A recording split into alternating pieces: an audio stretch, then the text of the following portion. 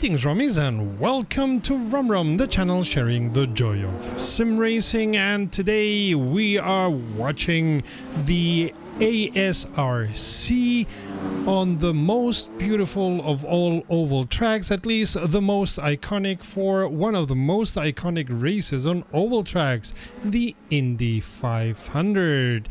I'm not alone, with me is the man with the voice of 1,000 angels, Cody. How are you? Hello, everybody. And everyone knows in order to race on an oval, you must be accompanied by an American. So that's me. Hello. Absolutely. Because nobody knows as good as Americans how wonderful ovals are. You're not such a big fan of ovals or IndyCar, right? I'll tell you what. Super speedways, that is speedways greater than, I think it's 2 miles. I am a big fan of. I love super speedway racing more than intermediate or short track racing. The never lift mentality of just absolutely pushing the engine full throttle the whole race is just amazing. And I love the kind of racing that creates. So yeah, I'm really excited. This will be a fun one. It's the Indy 500. It's the ASRC Indy 500.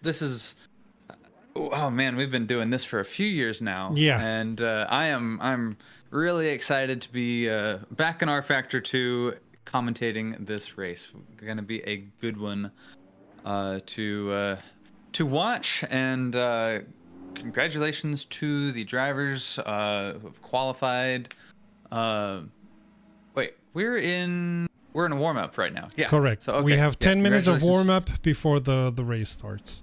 Do we want to go through the pole position and down? Go ahead. Be my guest. Okay, well, let me pull it up because I've just loaded into the server personally. And I'm actually not seeing the stuff yet. You were in the server before. You might actually be the one. So I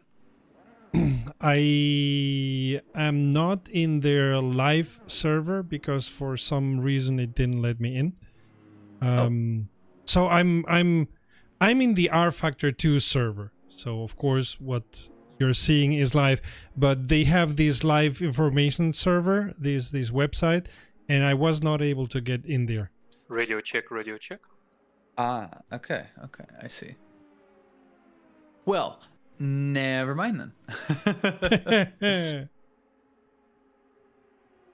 Because thing is, at some point I may not react fast enough because I am also on their server where race control is giving information, so I may just stop cold in my tracks because I'm listening to what race control is saying, as they have a channel where all the information that goes to all the drivers from race control goes, and I'm hooked into that.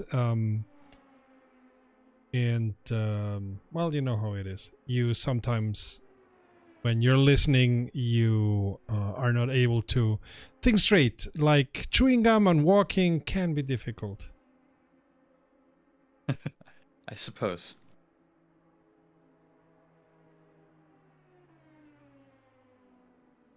And as at the same time, I'm also checking that the cameras work and blah blah blah.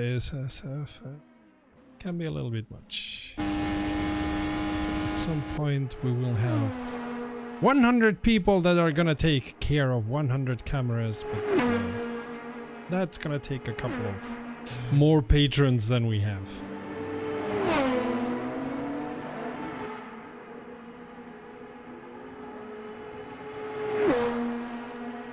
Yeah, it's a beauty to watch these cars.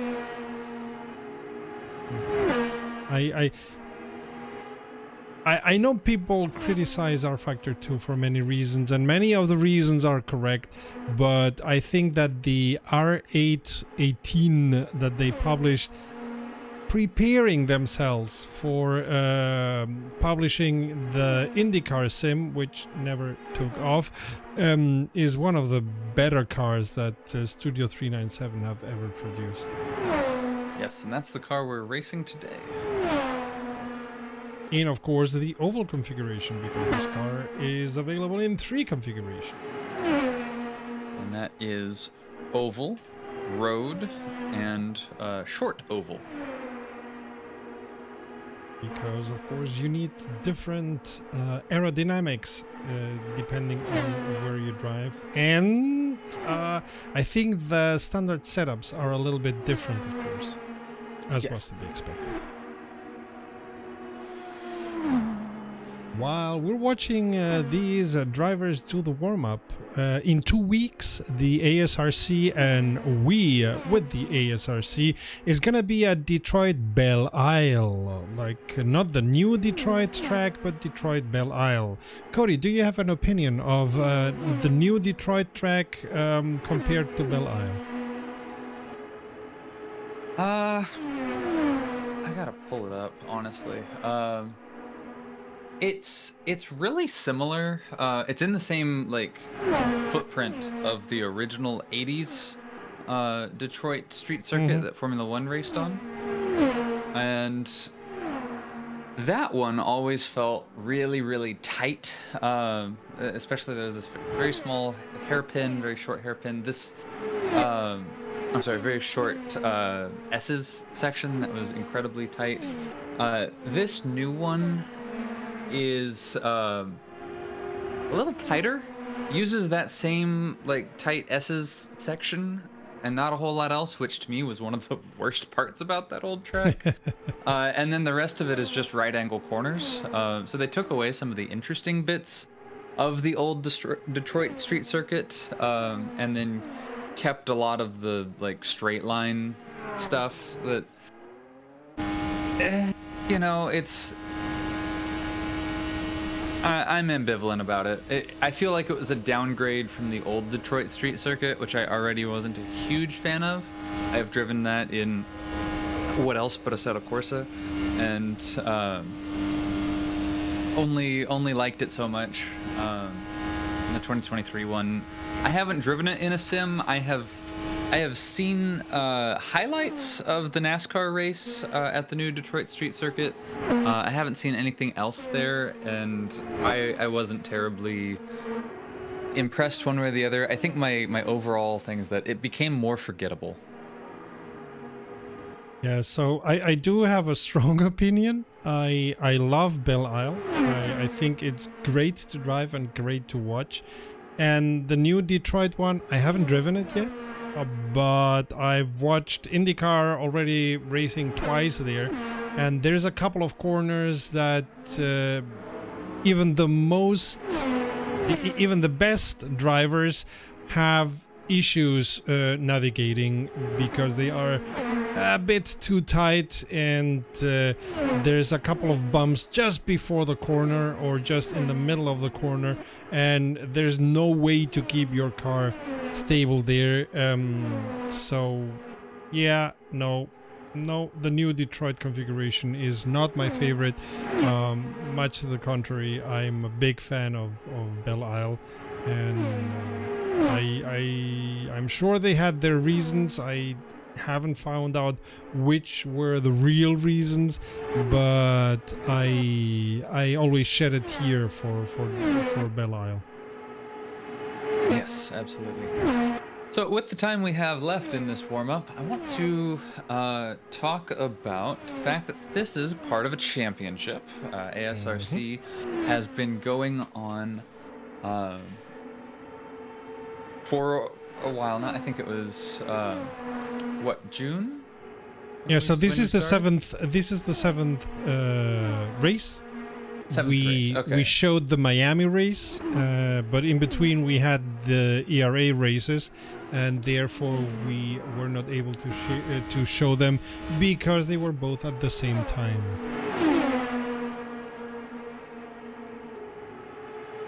And we still have a couple. We do, yes. So this is round 7.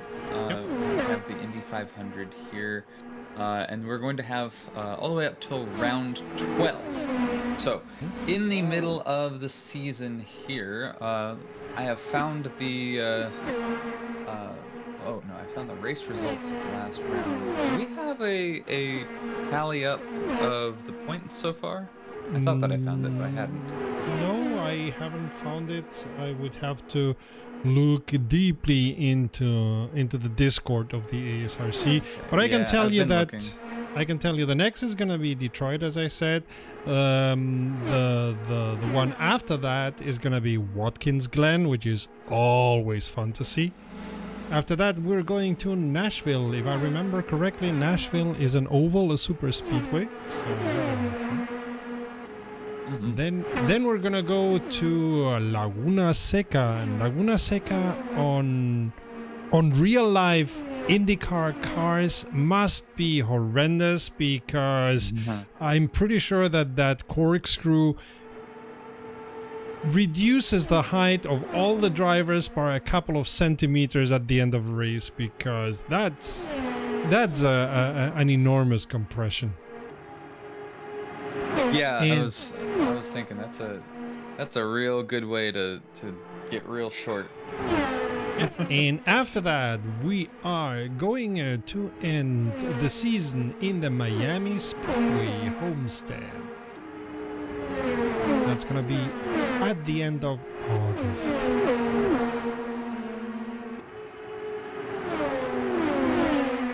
Yeah, I was unable to find championship standings for this, so we do not have those for you. I apologize. And warm-up is finished. We're gonna start. By the way, these drivers have been training for many a race at Indianapolis 500 at Indianapolis. They even there's even a couple of drivers who have not been allowed to drive the Indy 500.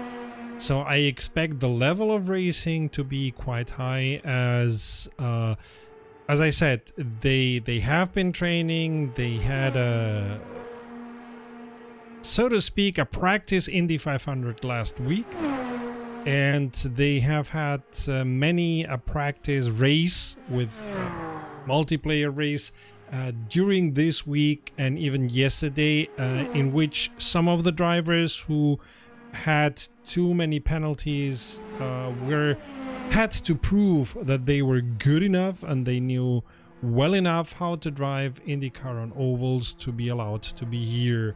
So I do very much hope and expect that we're gonna have a high level of driving.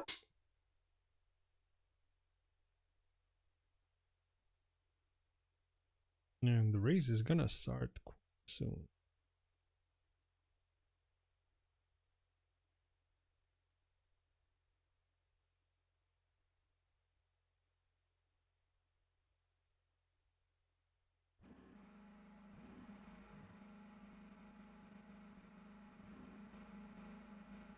And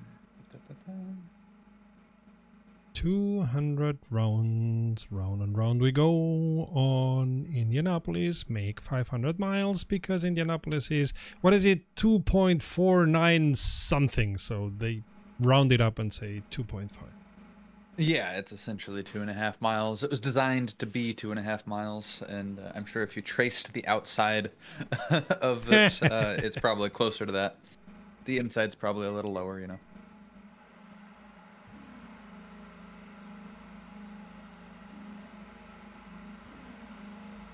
And slowly but surely, The drivers, yes, drivers populate the grid as they've confirmed their setup and they hit, go out on track. That's when they pop up, and they're teleported from the garage onto the grid. And when they appear on the grid, that's when you know that they are confirmed and ready to race. We're seeing that process happen here now. And now that all the cars are on the grid, the safety car is away. We will have one warm-up lap, and then we will start racing at the Indy 500.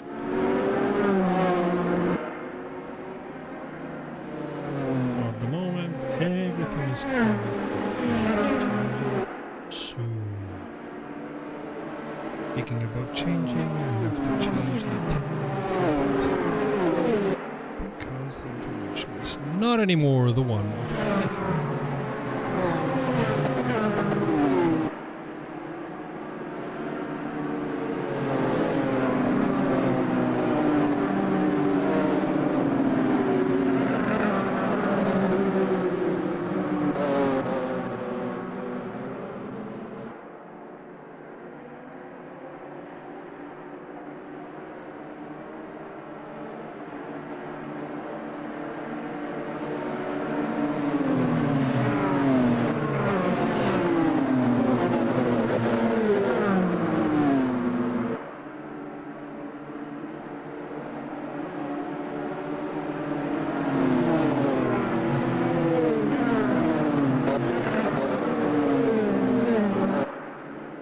2.5 miles can be so long when you're behind the pace car.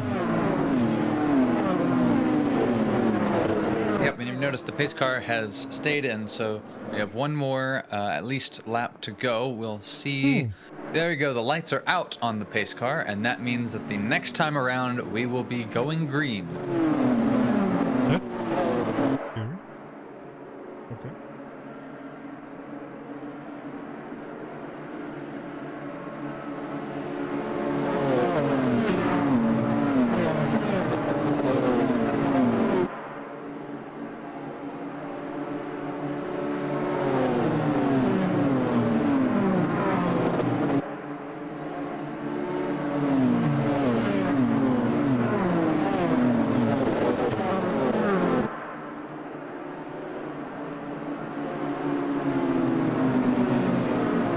Hey Marty, welcome to the race. Hi Hanky 8. So, you're a fan of Promix?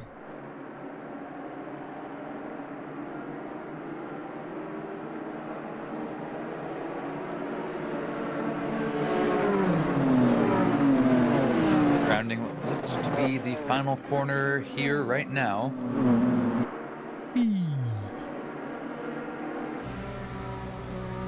Pace car will go into the pits. There we go. And now there is nothing standing between these drivers and 500 miles of racing.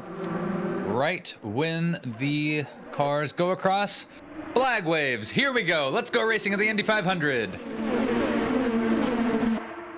For now, and they are off. Nice and smoothly. It's Pavel Ivashkin who leads going into turn 2. He stayed out ahead. Seeing 3 wide here, back behind a little bit. They tuck back down in line. Fabian Ball now takes the lead from Ivashkin. Everything for now in a very orderly manner. But as I said, they've trained. And people trying to wave out to go on the inside. Yeah, that's Hageman looking towards the inside. Looks like he's got, from the colors, looks like his teammate. There behind him, that is Shalomanov. And, they've kind of formed drafting buddies. They break apart, though. Not breaking apart is Ball and Ivashkin. They are drafting with each other and getting a nice, healthy lead on 3rd place and 4th place. Which is the way to go at the beginning of the race. Absolutely. Then we're seeing a bit of a pack form, a slight break after 10th place, and then we're seeing a second pack start to form with the rest of the field. But these top 10 drivers really showing their speed early on here. Ball doing the fastest lap with 40 seconds. 40 seconds.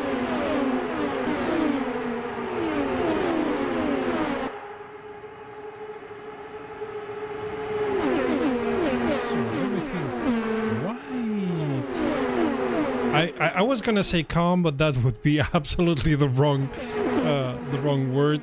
They're orderly. Let's put it this way. They are they show they have been training and learning how to drive on an oval like Indianapolis, and that's a good thing. Yeah, these guys are racing very professionally, very experienced. We haven't seen any incidents come up yet, which is very good, knock on wood. And Commentator's curse. yeah, right. I mean, with these drivers racing at these speeds, 200 plus miles an hour, pretty much full throttle for this whole race, racing in real close quarters, you almost always see some sort of an incident. You never hope for it, but it is a common thing. But so far, these guys are racing really, really professionally, really cleanly, really close action here. These top 5 drivers are starting to break away from the rest. Vladislav Zinkov leading the second group of 4 drivers that you're seeing behind these 5. And you're seeing, forgive me, Parapanopoulos is starting to challenge Shalomonov for, looks like, 4th place. See him following Shalomonov, kind of moving back and forth, trying to avoid Parapanopoulos in his draft. Hageman's getting closer to Ivashkin just slightly, and Ivashkin is starting to approach Ball. Zenkov. Look at how close Ivashkin is on Ball. Zenkov Ball looking at passed the in the- inside of Paparinopoulos. Now I have it. Sorry, guy. Sorry, mate. Yeah.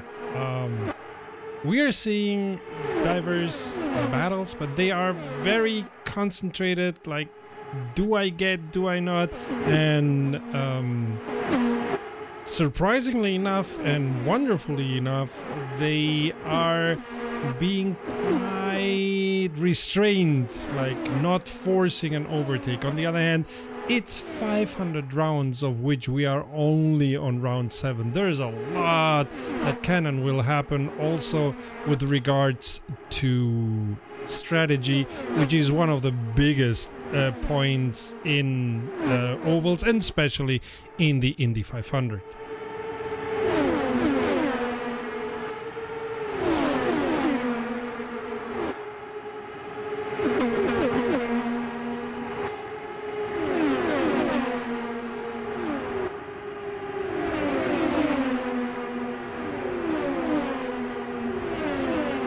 You can really see, it looks like Zinkov caught up to the top 5, and he is attached to the back of that train of cars.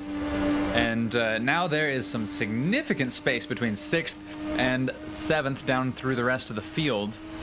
These guys are your front runners here at the beginning, and it is really showing.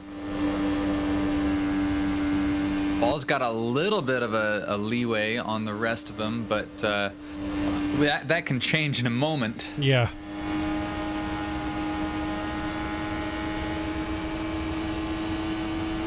One small misstep or just taking the foot off the throttle for a millisecond longer than you want to, and the others are near enough.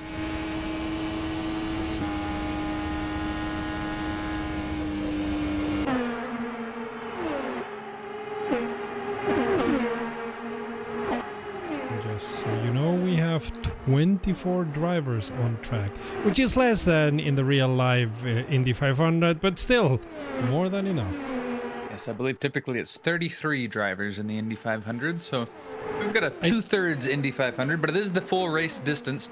Man, look at Fabian Ball just really taking off from the rest of the pack. His pace is strong. But it may be because he's got less fuel. We don't know. That is possible. That is possible. Strategy over the 500 miles is certainly a thing that comes into play. here at the beginning, these guys are racing at like a sprint. Some of them are thinking about that. We've seen, Zinkov has moved past Shalomonov into 5th position with a very good quick pass. And you're starting to see Shalomonov kind of drop back a little bit as William Snowden kind of brings him in. Whoa, Shalomonov's coming into the pits now, actually. So that's the first pit stop. I wonder if there's trouble. That's very early. Yeah, that's much too early for any kind of strategy, I'd say.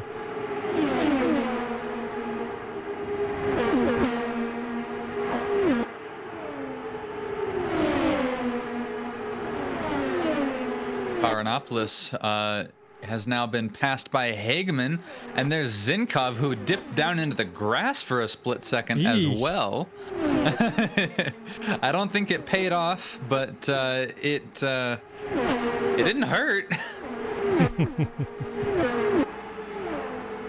Yeah, if it's only for a small while, it doesn't hurt, but you should rather not do that. The second place position has changed as Paropanopolis has passed Lars Hageman. That's the Boyd Transport racing car, Paropanopolis. And yeah, he started in 5th, and he's worked his way up to 2nd now. Yeah, here we are in, I think, lap 13.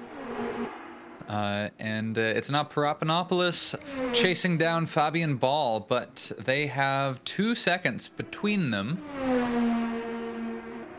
But I'll tell you what, down to 5th place, the gap goes 2.6 seconds to the leader, 2.7 seconds to the leader, and now 3 seconds to the leader, and that's not everyone else slowing down, that's Ball speeding up. So Ball is just fast and getting faster here as the track rubbers in. He started, I think, not on pole, but he started on the front row. Second, yeah. And before the end of the first lap, he was in 1st, and he has stayed in 1st, something we see a lot in sim racing. But of course, there's a long race to run.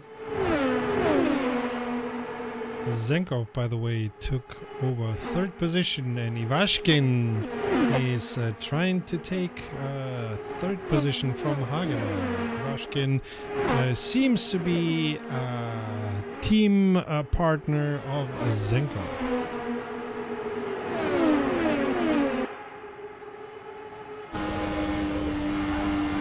Whoa! And we saw a little moment there for Ivashkin. Got a little bit squirrely, and that's something that you don't want to do in the middle of a corner because the walls come ever so near at Indianapolis. And Ivashkin was very lucky. William Snowden got out alongside him, actually passed him for a moment, but Ivashkin was able to retain the speed, and William Snowden fell back in line behind him. But now William Snowden slingshots, got the draft. He's now alongside him again, and Snowden late into the corner goes and dives ahead of Ivashkin for position. That's 5th place. Meanwhile, a little bit further down, we have a group of 4 that are Leclerc, Stepanenko, Zaleski, and Kananovitz, who are all battling for different positions, trying to get ahead of each other. Tons of stuff. Not for Fabian Ball, who is on 1st and is almost 3 seconds away from Zenkov, but we shouldn't put too much weight on that. Ball may be on a completely different strategy than the others. We'll have to see.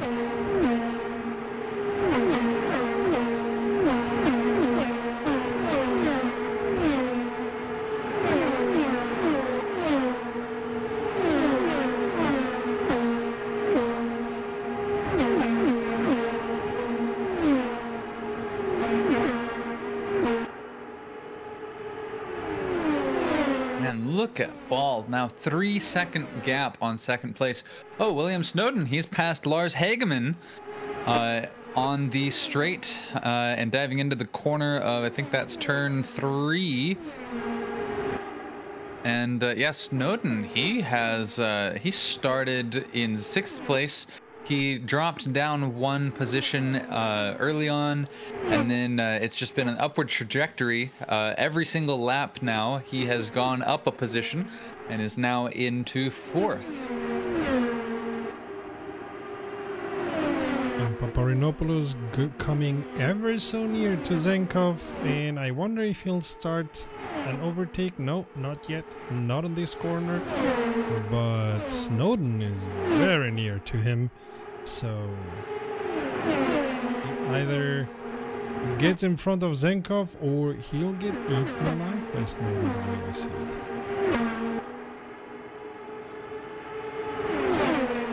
Meanwhile, we see also at the back, while we're watching this battle, we see at the back that there are also skirmishes taking place all over the place.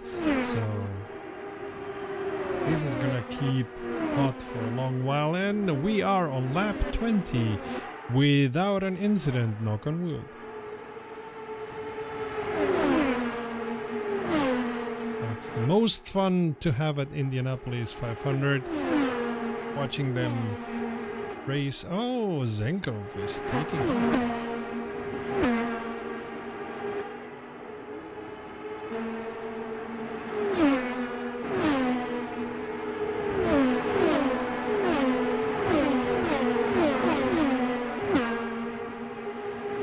We've gone to the places 10 to 14 where there's also a lot going on. To show you the high quality of racing that is here all over the grid.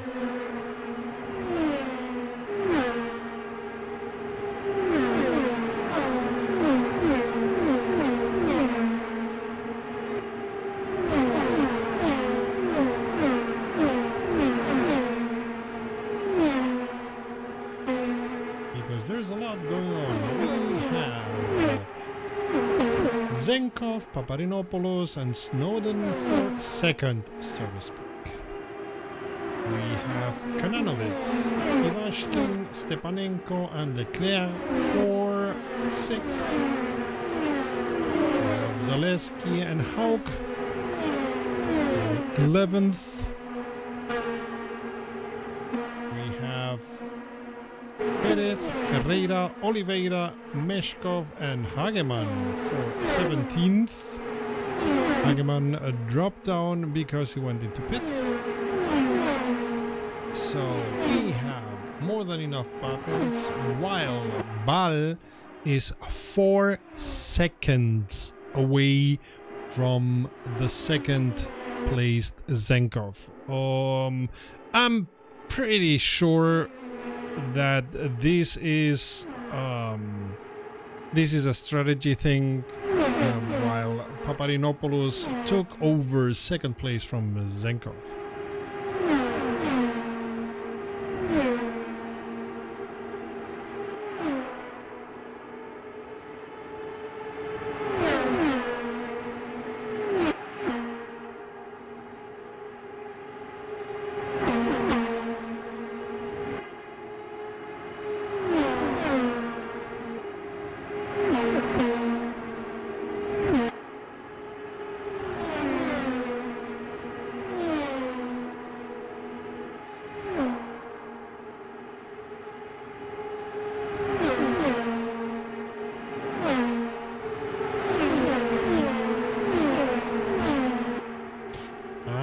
Okay, so we have a Lars Hagemann and a Björn Hagemann. That's why I saw the name twice and I was thinking, wait, what is happening?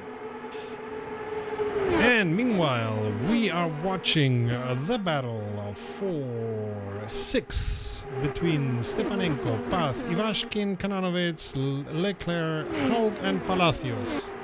Evans. That's a lot of drivers.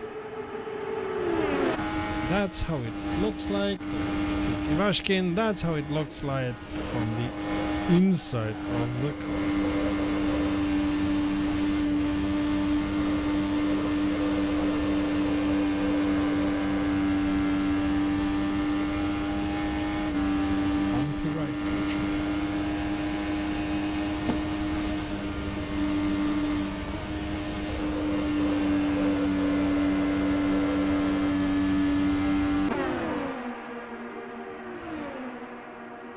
And that was a good change, as Snowden is gonna take a second place.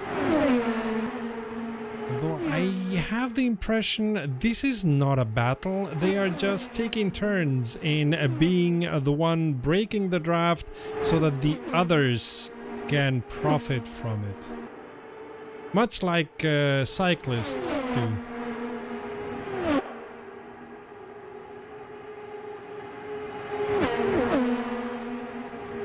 Turns so that the ones behind can profit, and then those behind comes first so the others can profit, and so on and so forth.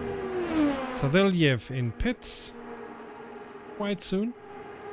I am expecting to see the bigger pit stops, the bigger amount of pit stops to be happening around lap 50. We are on lap 27 from 200 on the Indianapolis 500 of the ASRC.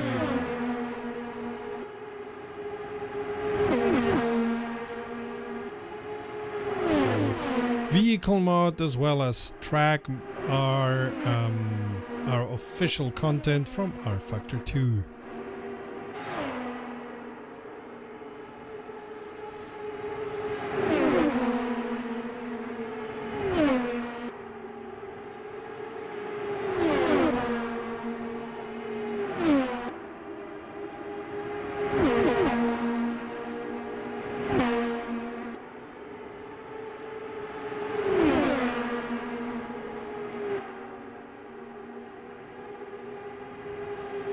Streamer boy, welcome to the Twitch channel.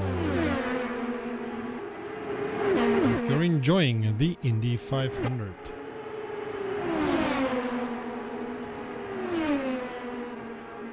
Oh, they had a moment there. I think they did not. They had a slight misunderstanding.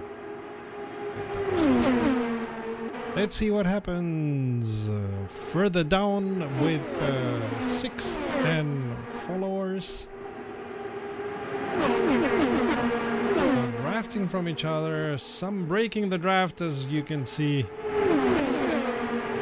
Trying to get the better positioned. A slight touch there. I think that was Ivashkin and Path. Slight touch, but no consequences. Good for all of them and good for us. The less we see of the pace car, the happier we are. Ooh, 3 wide, fanning out. Oh, Enrique Perez has left the race, DNF'd. I wonder what happened there. And we see a couple of the drivers going to pits.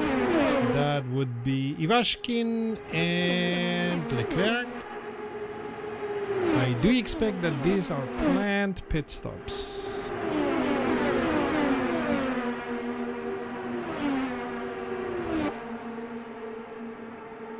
Ooh, and Path trying to take Stepanenko's place.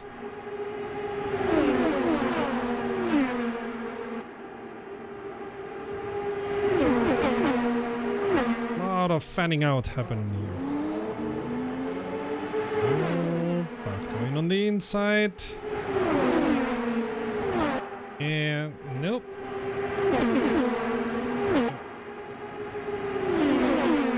Path was on the outside. Now he's on the inside.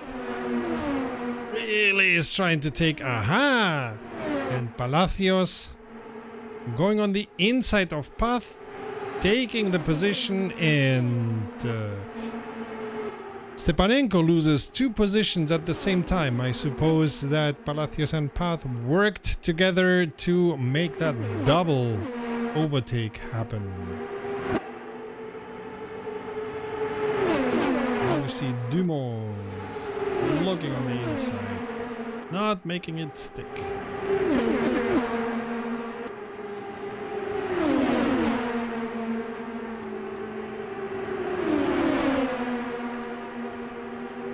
And this group of 6 drivers are really taking it. And what happened to Zenkov? I think he's going slow.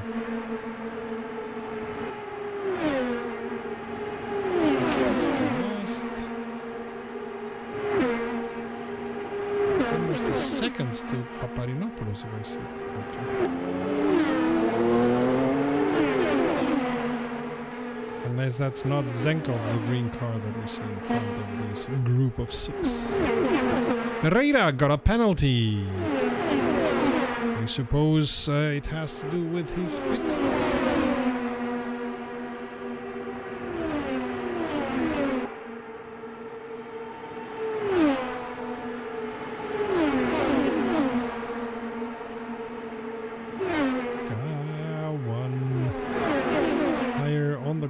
You don't want to do that?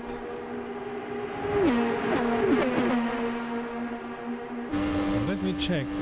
Zenkov is still quite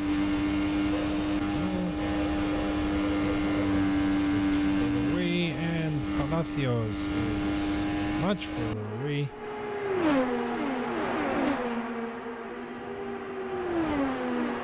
Palacios has been taking off. The group of 6 is slowly but surely being reduced to a group of 4.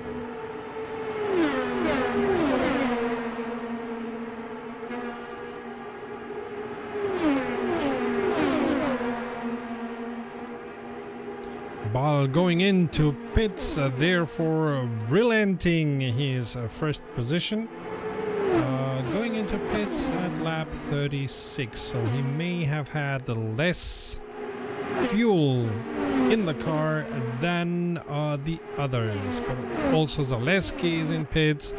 There's a different pit stops happening, and we're gonna see a couple more by the drivers.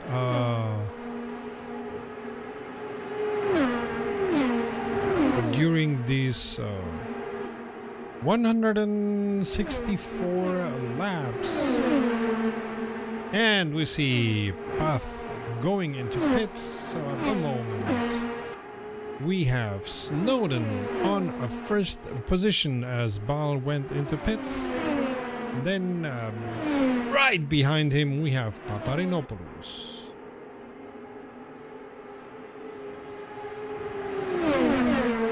And Zenkov trailing quite behind. I thought I saw him, but nope.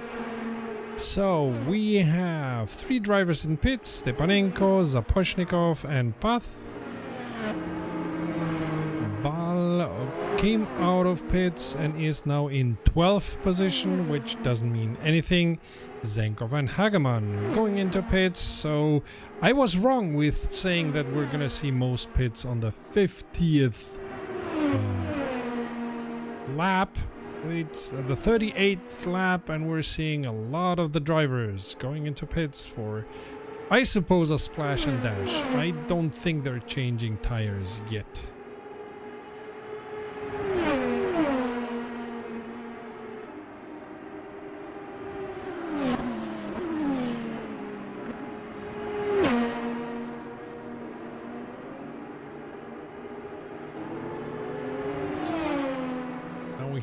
Snowden and Paparinopoulos on in pits.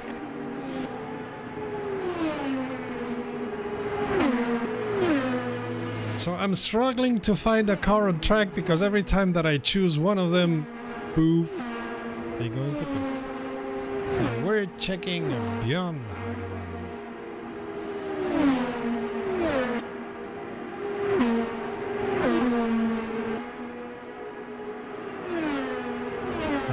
and until he goes into pits, leader of the race.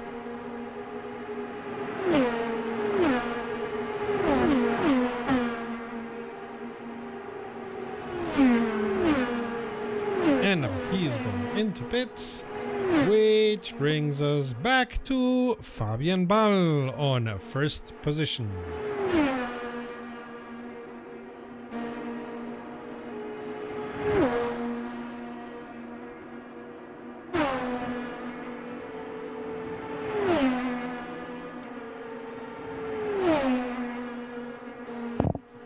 Texan returns. Hello.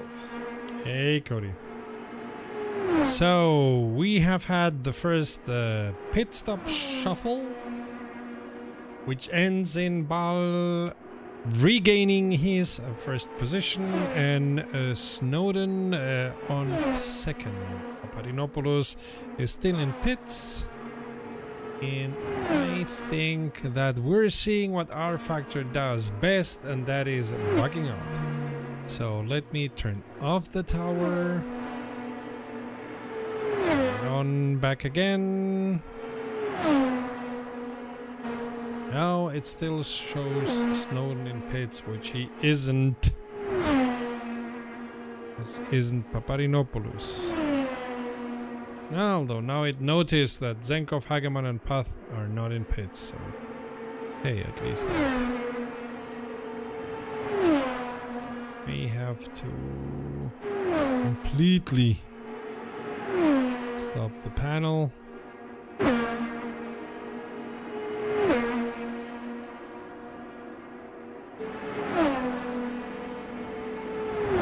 Restart the tower.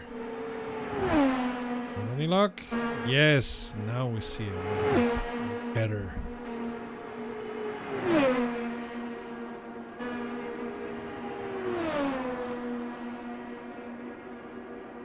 So, Cody, you there? I am here. Yes, I'm getting some other stuff set up. I'm trying to set up the tower myself so that I can see battles and things going on. Awesome. Cool. I've got it pulled up for myself. So, the most of the drivers went in between lap 36 and lap 38. Was I wrong in thinking they would go at lap 50, or have they gone sooner than expected? There's a couple of questions that I would have to be able to determine that. And the first question is, what's the tire wear and fuel consumption multipliers set for the service? If they're higher, as far as I remember, they are on absolutely normal. Oh, okay.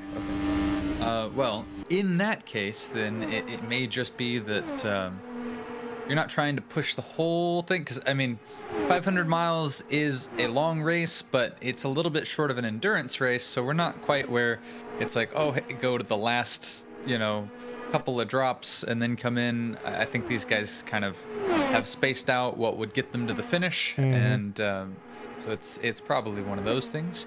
And it could be that we have our math wrong on our end, and that is where the cars have to come in. I don't remember right now.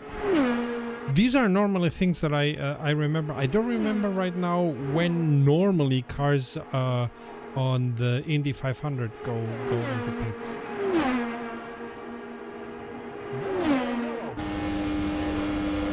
Oh, we got yellow.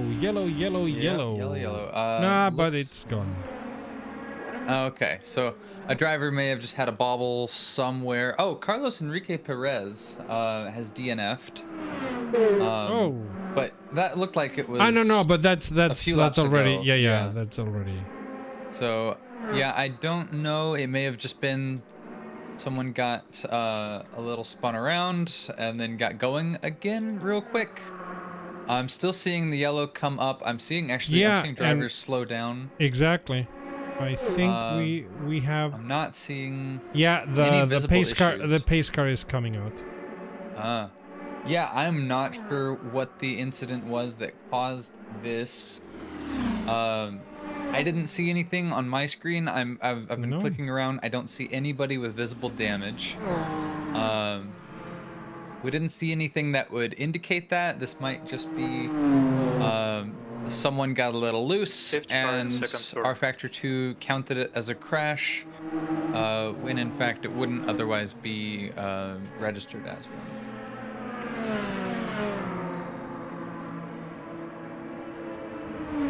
So race control said something, but it was so short that I didn't understand.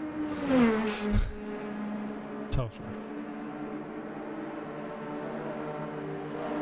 We have the pace car out. That compresses the field while Snowden Zenkov. And some lap drivers are coming through. Which is, by the way, not what IndyCar normally does. If I remember correctly, lapped cars stay where they are. If they are in the middle of the field, they are in the middle of the field. IndyCar doesn't care about that. Formula One has some rules that sometimes work and sometimes don't. Team LH is gonna have words about that, but IndyCar doesn't, as far as I remember.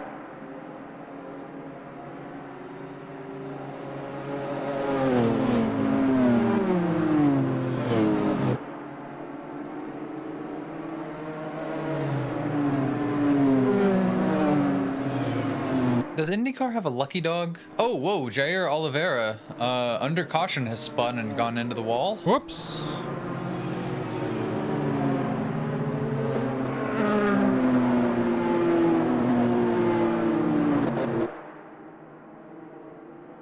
Set him back Under quite caution. a bit. You shouldn't do Under that. caution, yeah.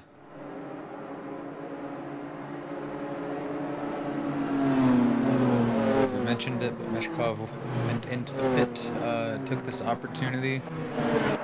Yeah, we saw a lot of green flag pit stops, and then we have this this pit. I'm sorry, not this pit, this caution, and a lot of drivers, I think most of them, are going to be kicking themselves. Oh yes, no, Yeah, they are going inside.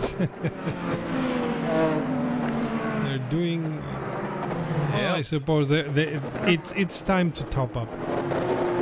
Paranopoulos got loose in the actual pit box and crashed into the wall and knocked his front wing off. So if he, I mean, in the pit lane before you've reached your pit box is probably the best place to do that on the track, but still, that's not advisable in any situation. No, because it's gonna take time. Pavel Ivashkin has stayed out. He, I believe, has already made a pit stop, and Snowden gets a penalty. I suppose for that's- speeding in the pit lane. I think speeding coming out of the pit lane, yeah.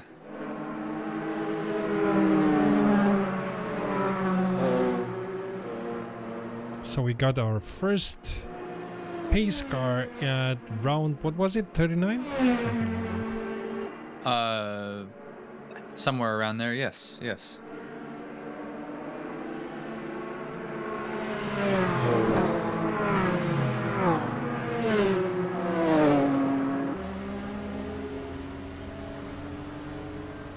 The funny thing is, while Ivashkin is shown as first, there's a couple of cars in front of him. And Ivashkin goes into pits now.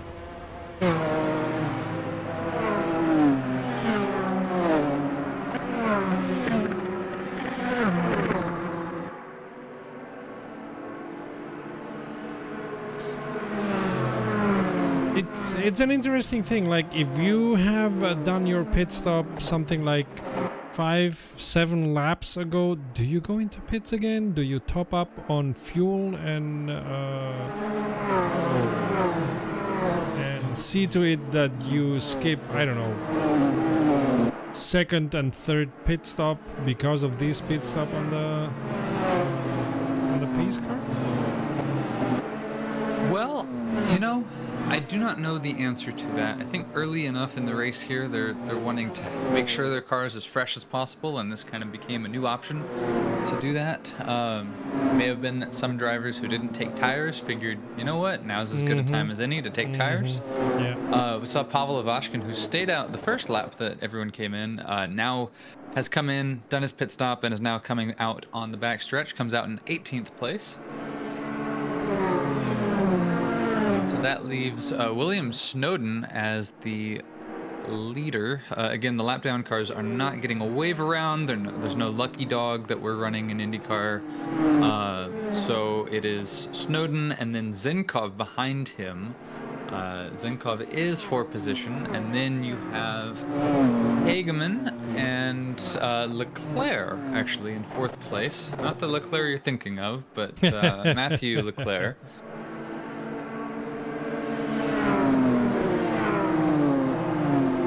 If I was Snowden, and if it's allowed, which I don't know, I would be taking the penalty now.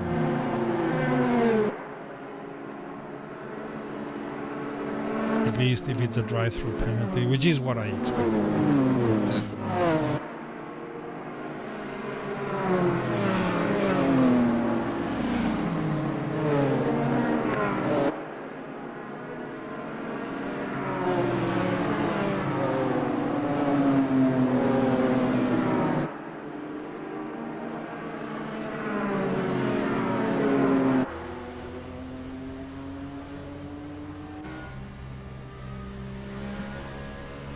Here we are still under caution, but the lights are out on the pace car, and so this will be the lap that we go green again, lap 50, which will be 51 whenever we cross the line.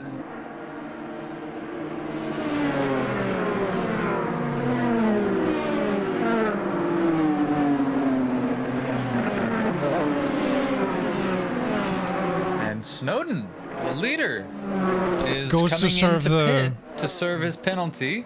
So that leaves Zenkov ahead of everyone else. At least not physically, but he is in 1st place, and he dives down to pass Hollistel.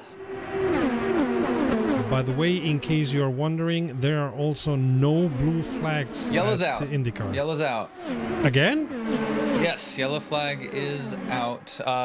Andres Kananowicz has crashed hard into the wall at turn 1. The Husky Chocolates liveried Indy car, the 81 car. And so that has caused another caution. So we're going to go back under yellow, which is about the luckiest thing that Snowden will have happen to him in this race. True that.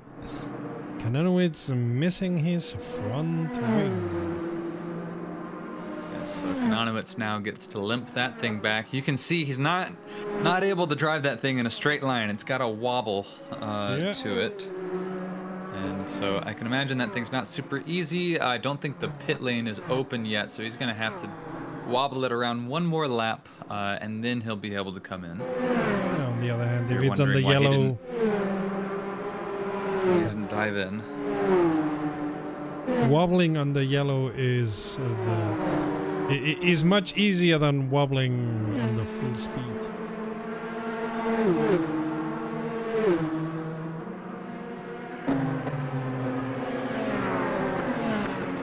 But this is very typical. Having so to speak a double yellow phase is quite typical because the tires are cold, the brakes are cold. You may even be surprised that it's starting again for whatever reason. You've lost concentration. You've lost your rhythm, and you end up hitting the wall. Caution breeds caution. Yeah. A tale as old as racing. Which doesn't happen as much on road racing, interestingly. I think going into turn 1 on cold tires can be a little more consequential for oval racing. Mm-hmm. Usually, especially with high-speed ovals, you're running a lot less downforce, and so cold tires can be more consequential than on a road course racing setup. By the way, for those interested in it, if you look at the rear wing, you will see that it's smaller and flatter than the rear wing that they normally use, because it's the oval configuration. And I think the short oval, if I remember correctly, on short oval the wing is even shorter, smaller, right? Or is it bigger? Yeah, it's shorter, it's smaller, it's basically just a piece of carbon that's about as flat as it gets. There's barely any angle to it. You can see them, they're just really, really thin, spindly things. You look at the road course wings and they are massive and flared at the back. They're a much different beast than these. And we have the next bunch of cars going into pits. Including Kananowicz, to be expected, Ferreira, and Snowden again. This time a real pit stop. Ah. I suppose. I mean, Well, he did stay out the first time, didn't he? Well, no, he got his his issue exactly. In the coming out of the pit lane the first time. He did not stay out the first time. So, yeah, that is a little odd. But yeah, William Snowden has come in. He got tires at least. As long as he doesn't get another penalty, He comes out just one position down, slips out behind Ferreira. Ferreira's able to make a gain in the pits.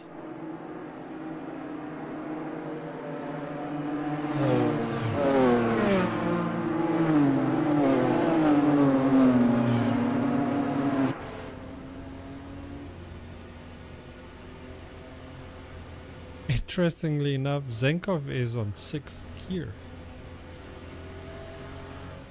They normally don't get 6th gear during the race.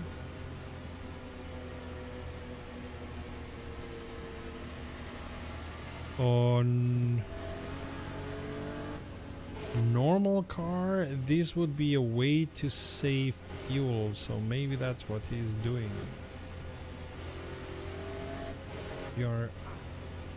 If you are high enough that you get 6th gear, but you stay on a low 6th gear, that should help you save fuel.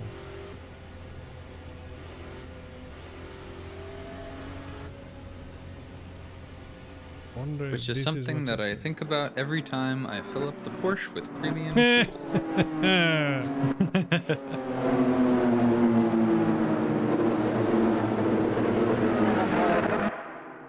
For those unfamiliar, like I'm borrowing a Boxster right now as my daily driver.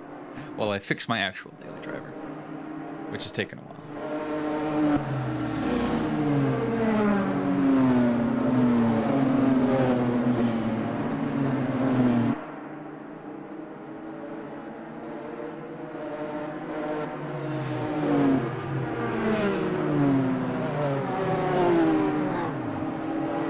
Have a hunch here, and I'm going to guess maybe the lights come out. Hollistill comes in to pit. Maybe the lights go out whenever we cross the line. We're not quite there yet, but we'll get there.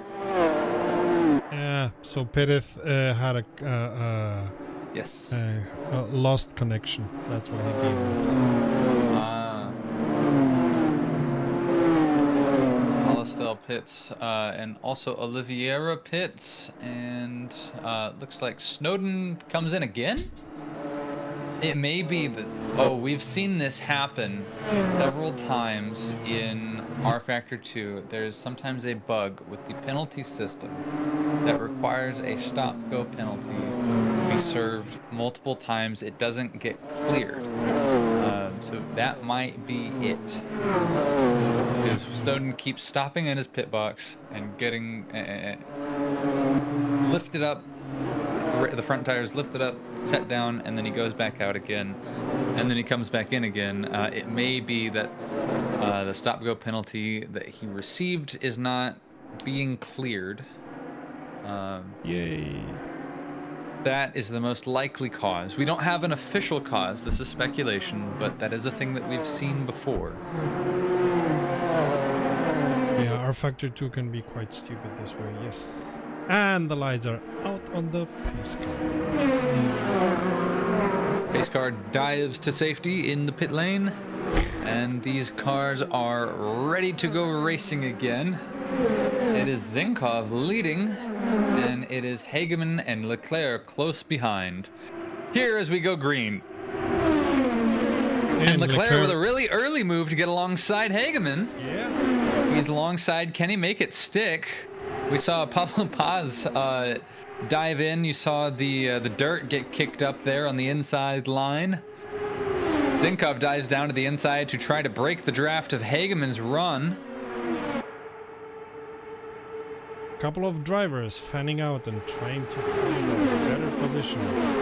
Paz and Leclerc touch. Luckily, no consequence for now. For now.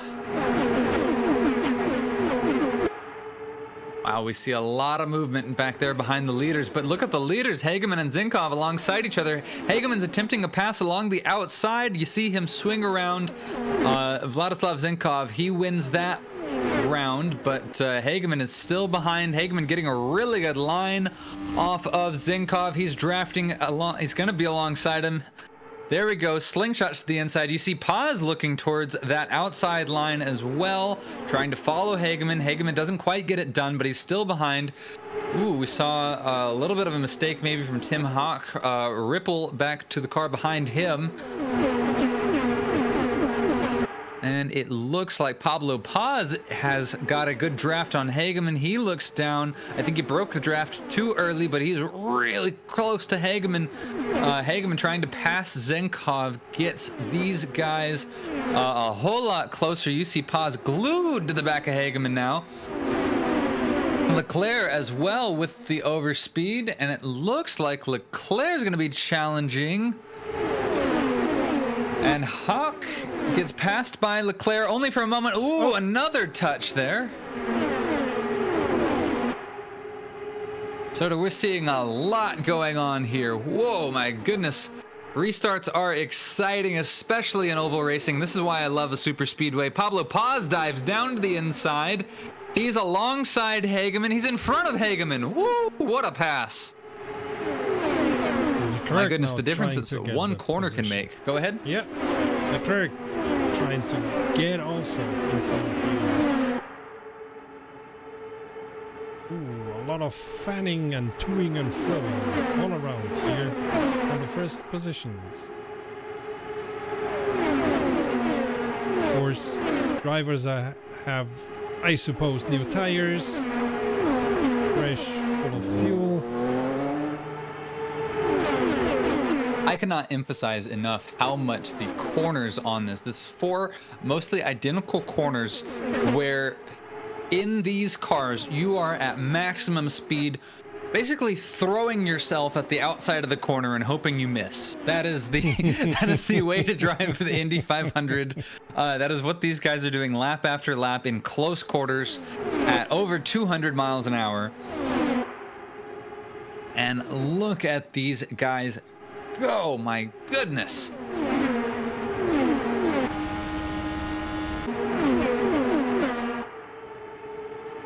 You see these guys really running the inside line. Yeah, Hageman was trying the outside, but it didn't. No, it did not. It is still Zinkov, Paz, Hageman, Hawk, and Leclerc rounding out your top 5 here as we are really racing. This has heated up after the long caution. A bunch of drivers on fresh tires that have gotten warm again. Oh boy, are they ever warm now. and the racing is on. Has anyone reminded them that, oh, it's a long race? Oh, big crash behind. Big crash behind. Sylvelia, I'm sorry, Dumont is involved. We have a car upside down. Oh! This is a big, massive crash. Shalomonov has crashed. Meshkov is out of the race. He has been involved heavily in that crash. It was a multiple car incident, a pileup. Bjorn Hageman is stopped stopped on the middle of the track.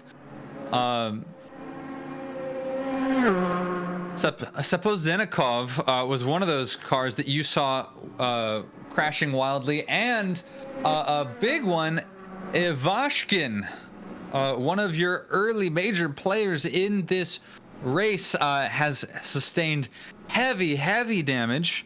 It is enough to be able to get back to the pits, but I don't know if it'll be much more past that. Yeah, big, massive incident. Massive incident here. Yeah, Everett Dumont went flying. Sapozenikov also, Ivashkin, I believe, was caught up behind those drivers and ended up, looks like, losing a wheel. Yeah, Ivashkin is on 3 wheels. Yeah, in fun real party life, trick, that but would not be how you want to end your Indy 500. In real life, this would be the way to end your race. And in R Factor 2, it is often also the end of a race because the repair times on these can and will be long.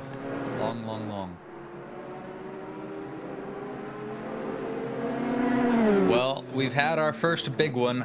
That is terminology familiar to those who are fans of super speedway racing, especially in NASCAR, but you do see it in IndyCar, and we've seen it here.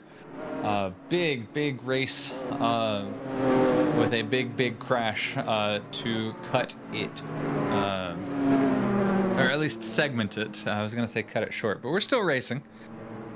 Yeah, quite unlucky as we were having battles all over the place. Well, I suppose the crash was because of a battle all over the place.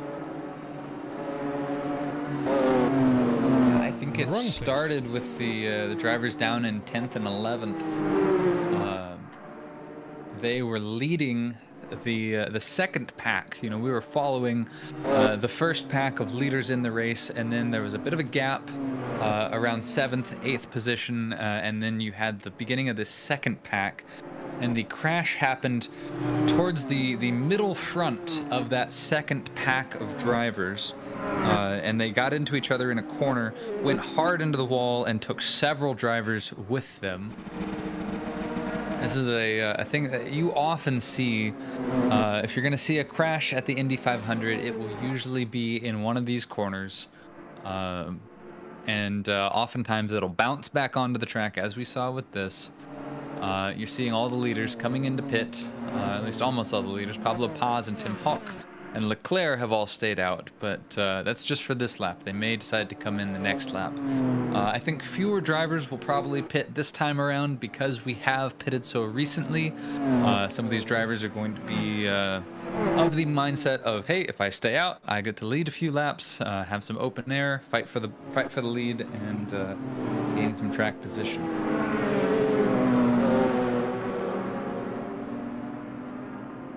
But whew, now we catch our breath. And what was a grid of 24 has now been reduced to a grid of 21. 3 drivers have DNF'd. And we see a lot of drivers that are spending most of these yellow in pits repairing. Ivashkin, Sapochnikov, Oliveira are already on their 3rd minute and counting in pits.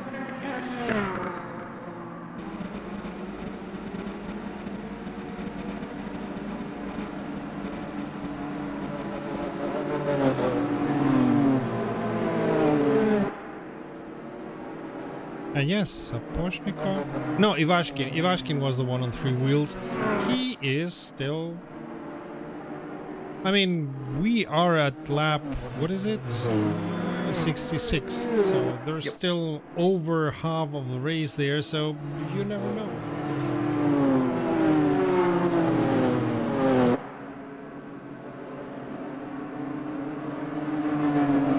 A lot of cautions here since about lap 30 some odd. Yeah. I'll hazard a guess and say it won't be the last. It has definitely shaken up a lot of the early leaders of this race. We have Zenkov down in 6th after the caution shuffle. Tim Hawk is your new leader. Leclerc is in 2nd. Lars Hageman, who we saw fighting for 3rd, 2nd place. I don't think he led any laps, but he's down in 7th. Fabian Ball, your early leader, he's all the way down in 10th, followed by Papanopoulos, and Nick Stepanenko, William Snowden, Pablo Paz. They're all down there, 10th through 14th. And then you get down, you see Pavel Ivashkin down in 21st. Meshkov is DNF'd. Bjorn Hageman has also DNF'd. And earlier on, we saw Carlos Enrique Perez DNF, so we're 3 now. DNF's there. Ivashkin has 4 wheels again. He's back out on track. He slides in just now right behind Sergei Sapozhnikov, sorry. I'll get it eventually. And then you see Dumont, Oliveira, Kanonowicz, drivers who were all involved in that incident, now making up the back of the race. Again, they've all done better than Hageman and Meshkov, who unfortunately thrown so hard into the barrier that they were unable to continue the race. If you can even continue the race after being on 3 wheels, that must have been a big one for those who DNF'd. Yes. And the pace car is out. So we're gonna be racing quite soon. Let's see for how long. There we go. Green, green, green. Tim Hawk leads. Matthew Leclerc. I'm sorry. Yeah, Matthew Leclerc close behind.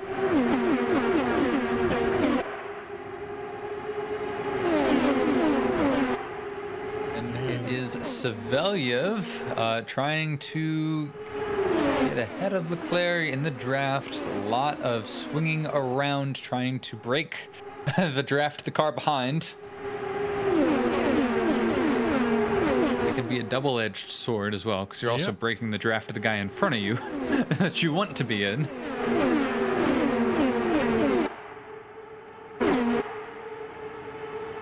That's why you see all the cars fanning out. Yes, absolutely. Yeah, it's not necessarily that the inside line of the home stretch in particular is the faster way around the circuit, but you can swing out and kind of usually get away from the guy behind. But then if the guy behind swings out and stays behind you, well, you don't want to just be like swerving around, because that whoa! Antonio Ferreira spins and he drops down the order, and looks like it didn't catch anyone else up, but that will be a caution again. I don't see yellow anywhere. Don't see it yet either, but I think it's probably coming. It was a miracle that he ended up not making any major contact with other cars. Yeah, you're right. We have not seen the caution come out yet. But what we see is the first 4 cars. Oh! They touch, but nothing. Oh! What happened there? I saw a bounce off of what looked like debris on the track. That looked like Zenkov. Zenkov is dropping down the order. Yeah. I don't see Zenkov. No, I do see Zenkov. Yeah, he's 12th. He's down in 12th. He's run into something, and that has slowed his car down. We saw the front end of his car lift up, and then he lost all pace, and then dropped way down the order. Yeah, down into 12th. That is both unfortunate and incredibly confounding, because we didn't see exactly what it was that he hit. There was debris on the track. There was a front wing and a rear wing from the incident that we saw a lap or so before. But yeah, that was confounding. Okay. Well, he's down in 12th, continues racing. I'm sure he's just as confused about it as we are. But we go racing. Our Factor 2 continues to mystify, and Tim Hawk continues to lead. Leclerc looking towards the inside of Hawk. Whoa, another big crash. Big one. Paparanopoulos is involved. Big one. Yeah, Paparanopoulos, Chirinos Oliveira involved. Ivashkin hard into the wall again. That's a safety car for sure. Yeah, big crash. Paparanopoulos hard into the wall. We saw him bouncing, flying into the air. Another one on 3 wheels. Yeah, Everett Dumont comes into the pits again. He was involved in that incident, lost a front wing. Definitely seeing a lot of the order getting shaken up by a lot of crashes shortly after restarts. You see Paparanopoulos going past. Antonio Ferreira also was... Guys, just no, he was there from the previous incident, wasn't he? Not even the halfway. We have Jair Oliveira is still stopped on the track alongside a bunch of debris. He now teleports back to the pit lane. That's a DNF from Oliveira. He was unable to get that car to the pits.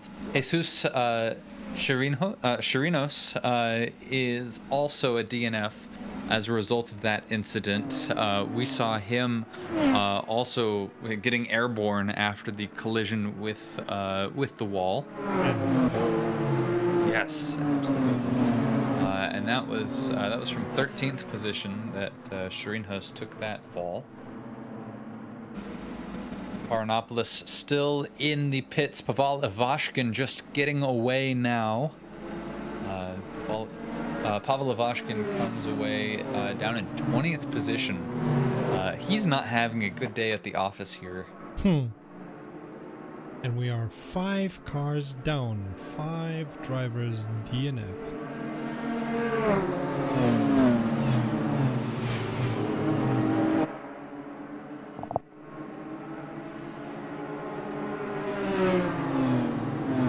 It looked so good at the beginning, but somehow it went all to once. Pun intended.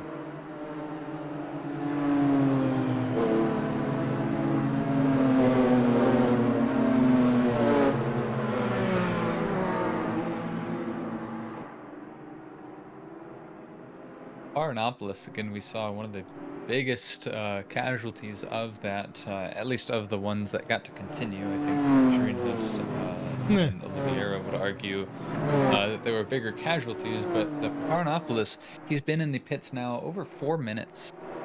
So that's not good. Weird thing I'm seeing on my timing screen. I think you're probably also seeing this, viewer, on the a bunch of drivers come in, including your leader, Tim Houck. Leaving Fabian Ball in the lead, but as I was saying, William Snowden, he's in second place behind Ball on the tower, on the standings tower on the broadcast. It is showing Snowden as having been in the pits for like 10 minutes. That is not correct, as you can see. Snowden is on track. He's in second place. Sometimes R Factor 2 just does that, because R Factor 2. Yeah, that's why if you see the tower disappear while you're watching, that's because I'm restarting it. Like, have you tried turning it off and on again? Works on R Factor 2 most of the time when it comes to the tower.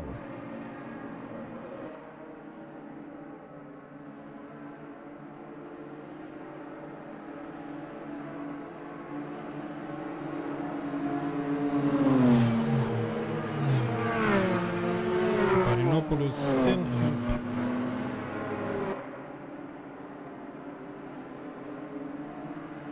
But yeah, Snowden wasn't Snowden the one who had the penalty and had to go in for 4 or 5 times?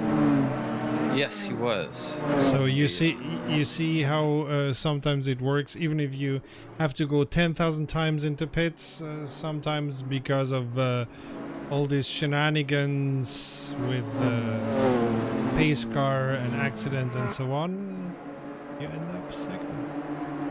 Not the only student to have to take an extended pit stop. Ah, yes.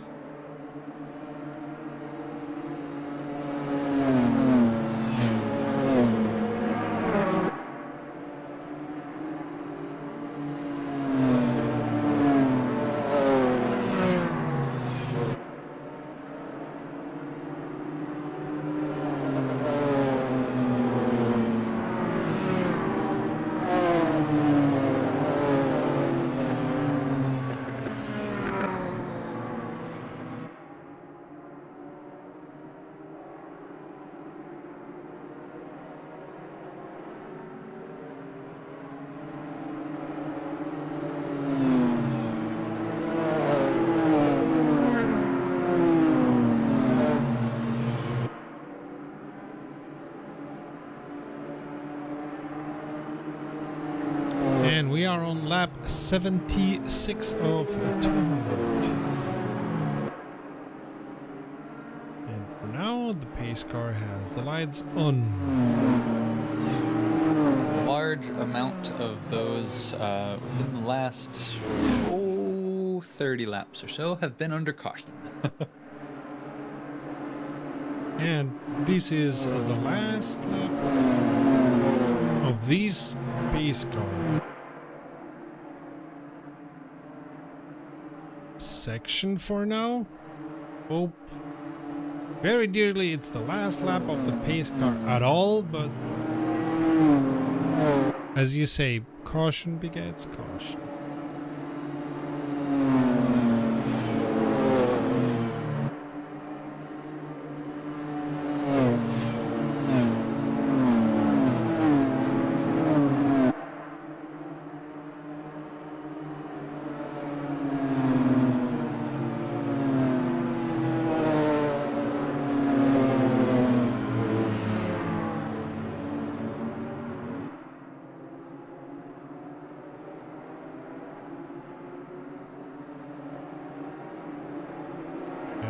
See the post. It's now.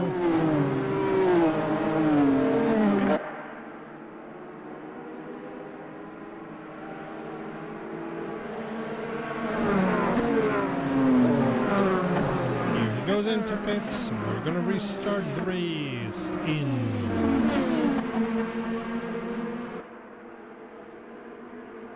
seconds. 5, 4, 3, 2, 1. Green, green, green. Let's go racing. Here we go. Things heat up again. And ball is off to a lead. Snowden gets a little bit of a bump there through turn 2. Pablo Paz drafting on Snowden. A lot of those front drivers really getting close to each other on the back stretch. And then they kind of spread out a little bit through these corners here.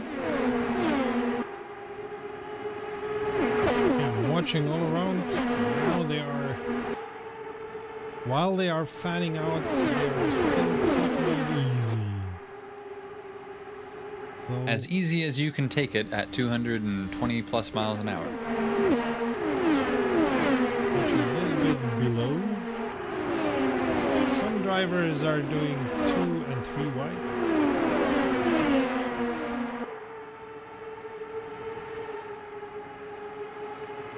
And for the moment, Snowden keeps behind the ball.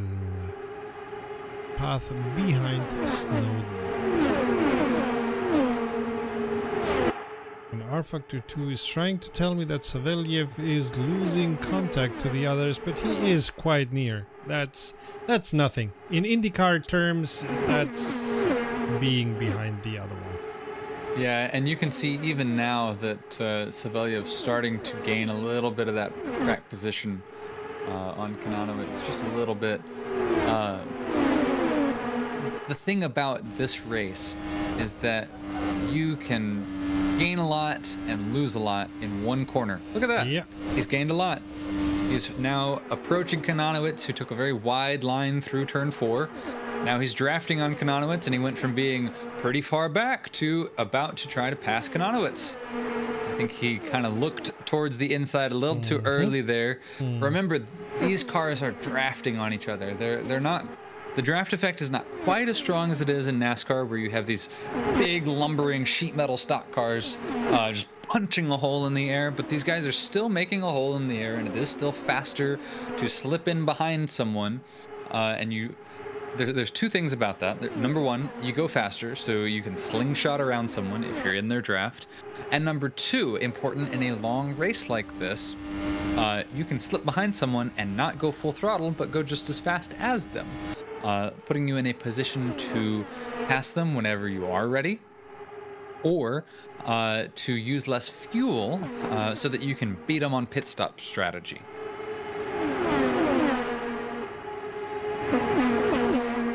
But you do have to be pretty close to them to start drafting. But once you start drafting, easier and easier to get closer and closer. The draft effect gets bigger. It's really easy to slingshot around them, which is why you see these drivers getting close behind and then staying close behind each other. And let's not forget that if you have two cars in front of you, somebody had a wobble there. Palacios, after turn 4, he's going pretty slow. I didn't see the incident, but he is having certainly some trouble. Yep. Paropoulos has gone back into the pits, and so he may have been involved in that and was able to reach the pit lane while Palacios could not.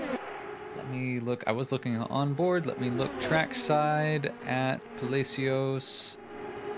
He does have his wing attached. He's kind of popping in and out of the server. I just saw for a second. The Palacios may have had a lag spike or something. Whoa, Palacios spins it on his own and hits the wall and loses his rear wing. This is all alone, all by himself. There's nobody else in his sector. We see a yellow come out. That might be a caution. I think the drivers are slowing down. Yep. Yeah, we didn't see one for the original incident. But so, yeah. As far as I could see, he just went into the wall all by himself. It looked like it. I think he was fighting damage sustained from the previous incident. I'm going to venture and say it was the previous incident with, what did I say, Paropoulos? Yeah.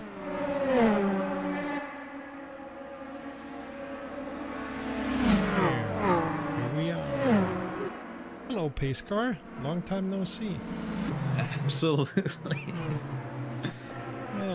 So all the training at the end of the day didn't help, which is surprising because it did a lot of training and race control had a lot of talks to them. But this is going to be an interesting discussion in the next week or even weeks, and I suppose there's going to be a lot of penalties being dished out after this race. Because that's something that ASRC does. They look at the race and look at all the situations they know, ask for recommendations where to look at, and then they dish out penalties. As I said, there is a couple of drivers, I think it's 3 or 4, that have not been allowed to race here because they had too many penalties and were not able to show that they had trained enough to survive. It seems that others who in theory have trained enough didn't train enough. That is why our 5 cars down for. I think it's also a testament to just how difficult this race is. It's not the storied Indy 500, one of the Triple Crown of motorsport for nothing. Yeah, true that.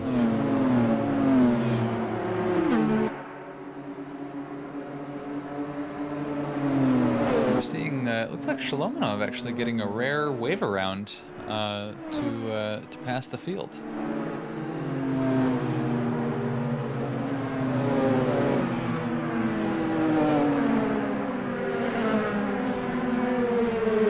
Sometimes they are allowed to do that in spite of the IndyCar rules.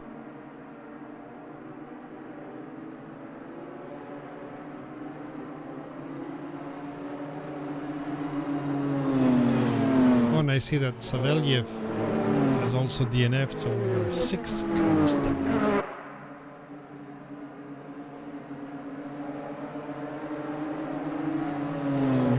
The funny thing, Shalomonov, who is for now on 10th, has the fastest lap of the race. Oh, and about most of the leaders go into pits. That's Ball, Paz, Snowden, Zinkov, Stepanenko, Hageman, Zaleski. Looks like Leclerc and Hauk. All coming into the pits. That's pretty much the whole order of leaders. Yeah, the top 10, right? Yeah, all the top 10. Yeah, they've all come in. So we're going to shake things up yet again. We started to see a familiar top 10 come again, and then now these guys are coming back into pit.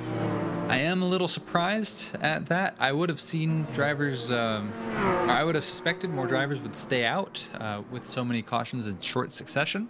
Seems like a pretty easy way to stay at the front of the race and avoid some of these incidents. But I guess these guys are aiming for a bit of a different strategy. I suppose any strategic designs they had at the beginning of the race have been now thrown out.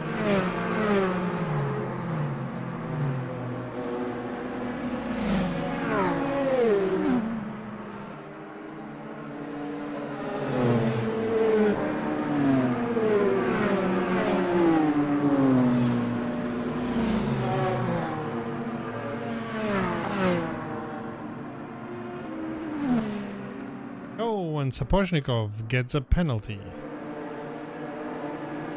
Ooh, that would be for pit speed at entry. That's gonna hurt because that means you got to come back in the pits, and you're really gonna make sure you don't speed at pit entry the second time.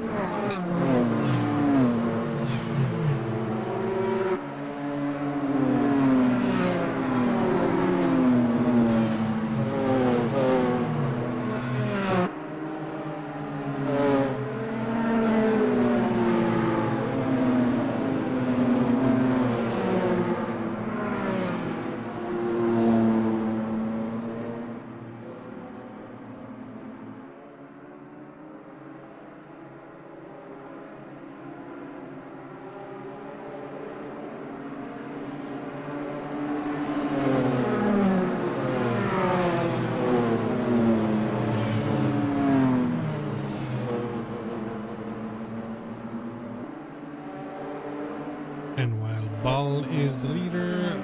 You see a lot of cars in front of him, which are all in theory lapped.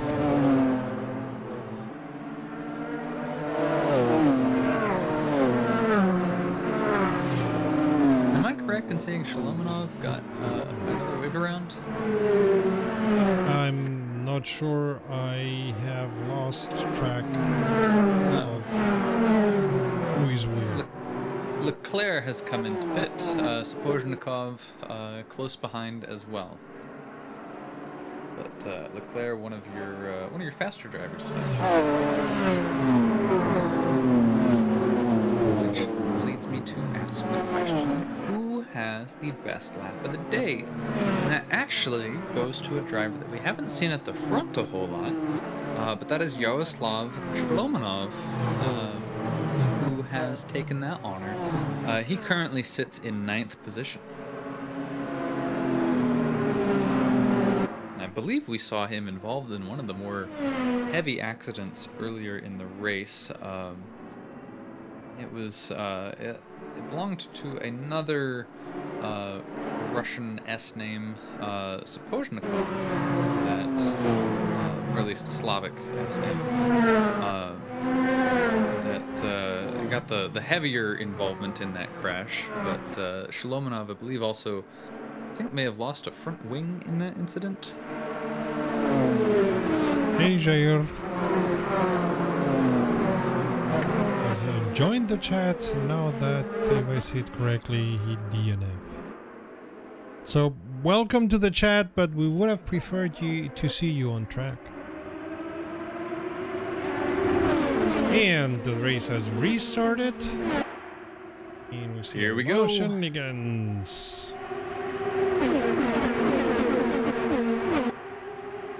Here we are, starting very, very tight, very close to each other, starting to spread out a little bit now. Fabian Ball has to work his way around a whole bunch of back markers. Seeing a lot of drivers from different laps mixed into each other here. So Ball and Zinkov are separated by Dumont. And they'll have to work their way not only around Dumont, but also around Kanonovich, Ferreira, other drivers that have been caught up in incidents and have had to repair their car, drop down a lap or 2 or 3, and here we go, racing again, all very, very packed tight together. We've got fast drivers behind slower drivers, all ensuring that we have a very compact grid here at the front. Whoa, big crash at the back. Big crash at the back. Oh. Let's take a look. It is, oh man. I saw a driver flip end over end. And I'm not sure who it was. But there was a massive crash. It was Savelyev. Yeah, Savelyev ended up in some collision there at the back, and I saw do a front flip on the beginning of the back straight, and then I think before he fully landed, he retired his car out of the race. He already knew.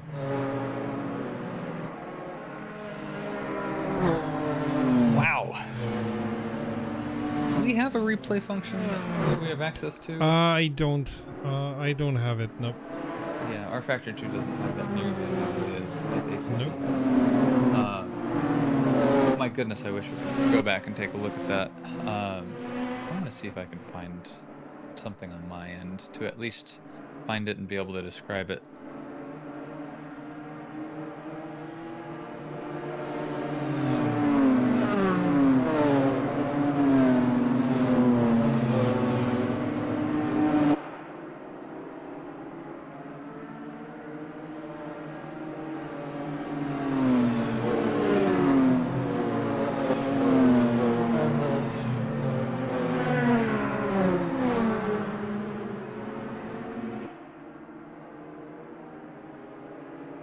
First car is going into pits. I suppose pit lane has now been opened.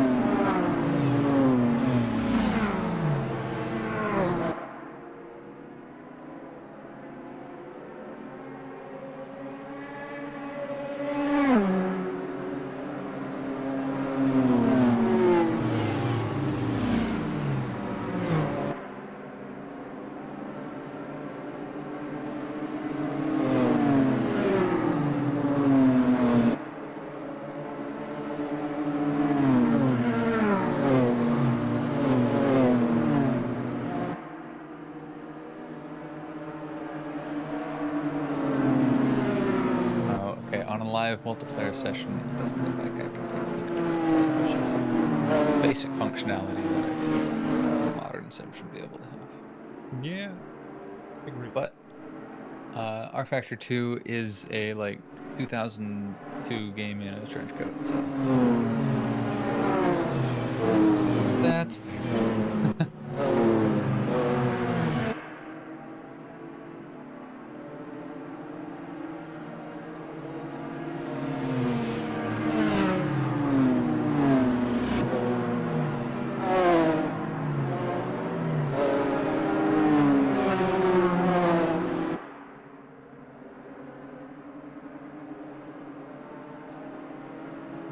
Looks like we have one driver.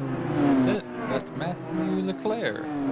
Oh, two drivers coming in. Leclerc lost his front wing. I think he may have also been involved in that incident. We know that Savelyev did not get involved in that incident all by himself. So I think Leclerc may have been involved, and Kananowicz has come in. I don't know if he was involved. He doesn't have any visible damage.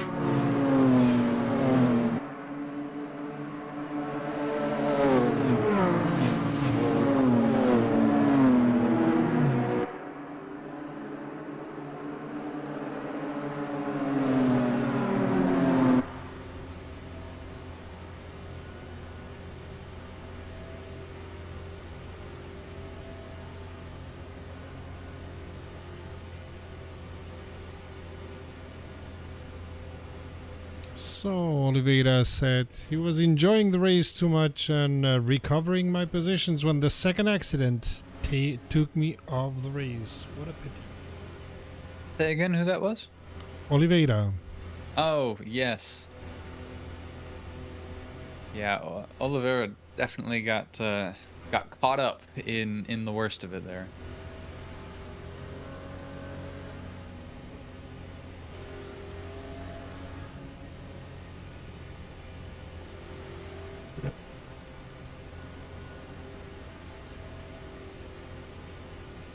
And we are on lap 95 and we are behind the pace car.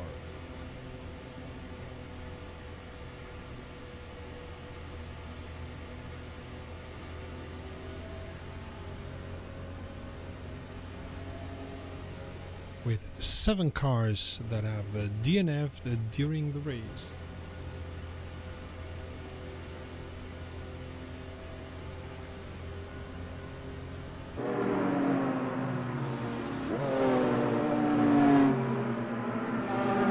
See it correctly, there's 2 lap cars in between Bal, who's on first, and Zenkov, who is on theoretical second. Mm-hmm.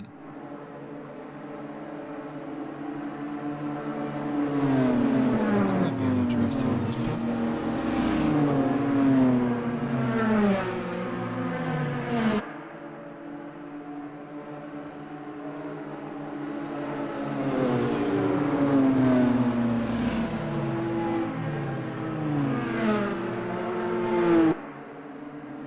Pavel Lavashkin, who was at one point limping back on 3 wheels, is now in second place. Oh, I'm sorry. No, he is not. Never mind. He's second on the grid, but I misread that. He's in 15th place. I take that back. My apologies. I gave the Lavashkin fans a little bit of false hope. But yeah, no, he is right behind Ball, but I believe he's a lap down.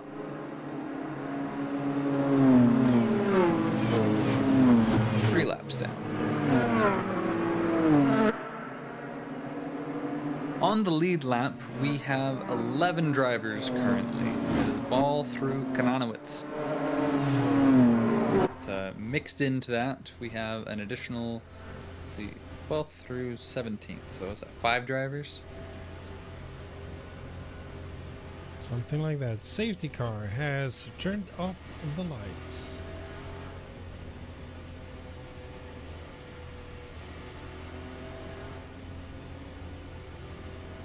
So we'll see the car disappear soon enough. Speaking of cars disappearing, Fabian Ball is going to probably disappear as he has 2 lap down cars ahead of him. I'm sorry, not ahead of him, behind him, and nobody ahead of him. So his competition will have to pass multiple cars before they get to him, and he's got clean air in front of him. And we know what Fabian Ball can do with clean air. And let's find out. Here we go. Zenkov already overtaking one of the lap cars. I think he's now overtaking the second. We're trying to get right behind Ball. Yeah, that was quick. Yeah. Made a liar out of me. Wow. I've never seen someone get such a good restart. My goodness. And he is taking first position, if I see it correctly. Yes. Yep, that is correct. He's alongside him, but now with this corner, he's got the inside line, and he takes it from Ball. And then he's got Ivashkin as a drafting buddy as well. So that could block Ball further out. Yeah, there you go. Zenkov has made the pass. Ball looks towards the outside, trying to slingshot around the outside. That move is not over yet, and Ball gets a really, really good speed out of that corner. But again, Ivashkin is there to save Zenkov as they draft together. And they're kind of alongside each other, the pair of Ivashkin and Zenkov, which I believe... Oh. Whoa, Zenkov and Ball touch. They touch hard, and Ball goes way out to the outside. It's Ivashkin and Zenkov. They are teammates, the two of them. And so it makes sense that they are working together. Ivashkin, 3 laps down, is working with Zenkov, and they've pushed Ball back down into 3rd place overall. Ball, after that incident, slipped behind even Snowden, William Snowden, who is now the new competitor. And looks like, let's see. That team is Advanced Competition. We have seen them in previous years perform very well here at the Indy 500. I don't have finishing orders memorized, but they were definitely strong contenders through all of the ASRC Indy 500s that we have covered in the past. And you can see the amount of cooperation that those guys have. Zenkov, Ivashkin, Stepanenko is also on the same team. He's in 4th, slipping in behind Ball right now. It's looking like there's a little bit of a gap between Ivashkin and Zenkov as they work together. A little bit of a gap between them and Snowden, I say. Whoa! Behind there, I saw a car hitting the wall hard, but it seems that there were no consequences. Hollistel and Ferreira are kind of lagging behind other two. Whoa, big crash, massive crash. Palacios is on fire. He is, yeah, absolutely on fire. Had a very hard hit into the wall. That was, I was on board with, I believe, Ferreira at the time, and I saw the incident. Palacios on fire. There is a blue front wing on the ground, so there's a blue car missing a front wing, and that is Mathieu Leclerc in the 36 car. He was involved in that incident. Obviously came away a whole lot better than Palacios did, who is now out of the race. Kike Palacios really not having a good day. All of a sudden, out of the race. And caution will be out. Yep, there it is. There's the yellow flag. And we have a safety car. Dumont goes past it. He must have gotten a wave around. Yeah, we are just past the halfway point. That incident happened on lap 101.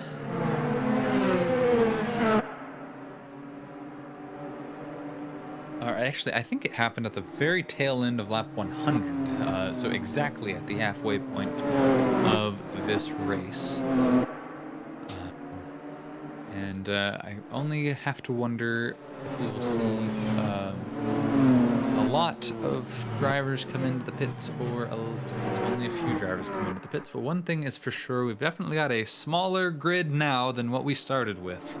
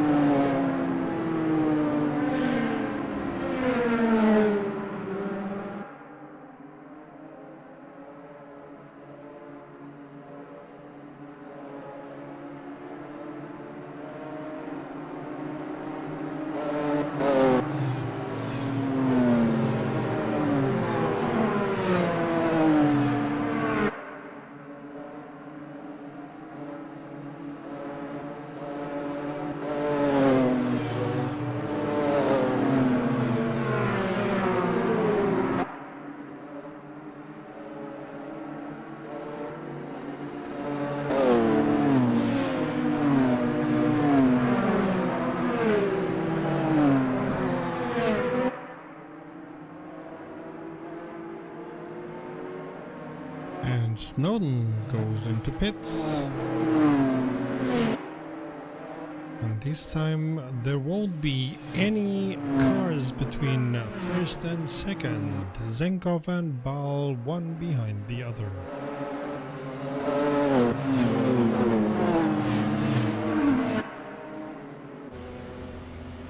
Oh, wrong. There is one car in between them.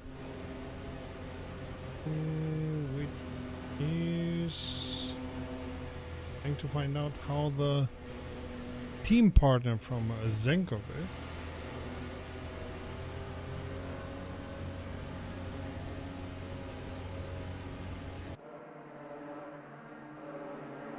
The Kirk also in pits.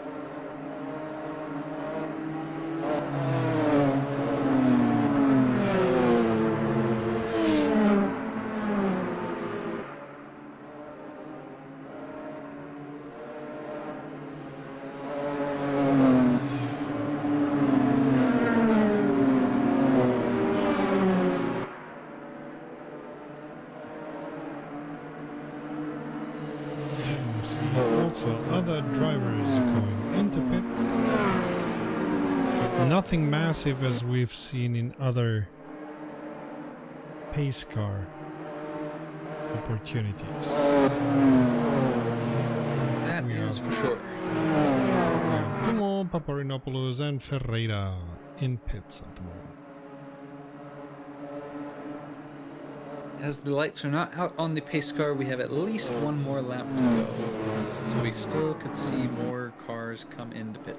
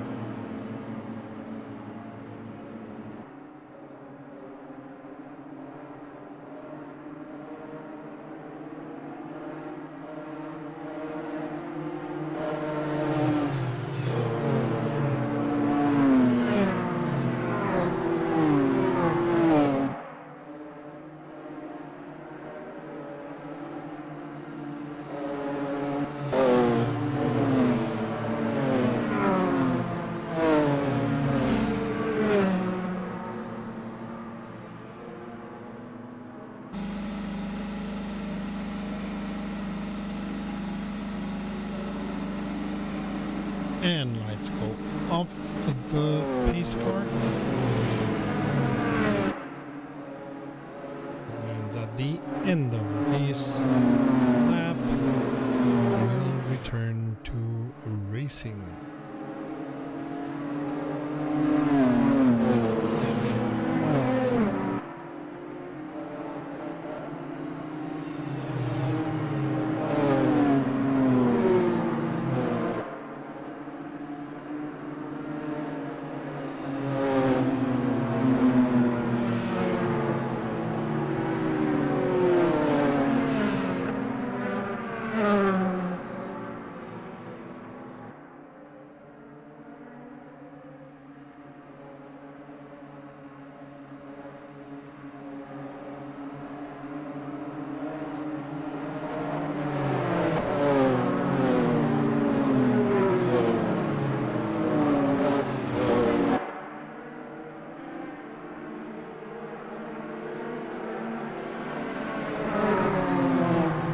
Right, we come around the final corner of the lap, and we're about to go racing. Things are about to get a lot more exciting. We've had a lot of boring pit stops, a lot of boring pace car sections, and here we are. Green, green, green. Let's go racing. Ball is gonna try to find a hole with which to get to Zenkov, and it seems as if he's been able to do it on the outside. But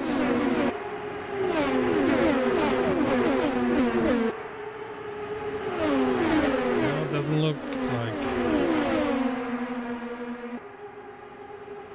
he was trying to do a Zenkov, but it didn't work.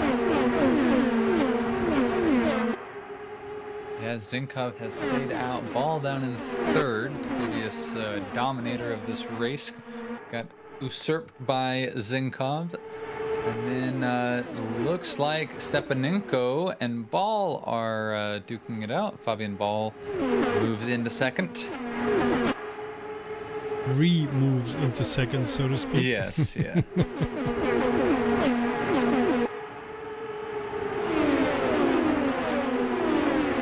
And now it seems as if Stepanenko is taking first place from Zenkov. Nope, he isn't.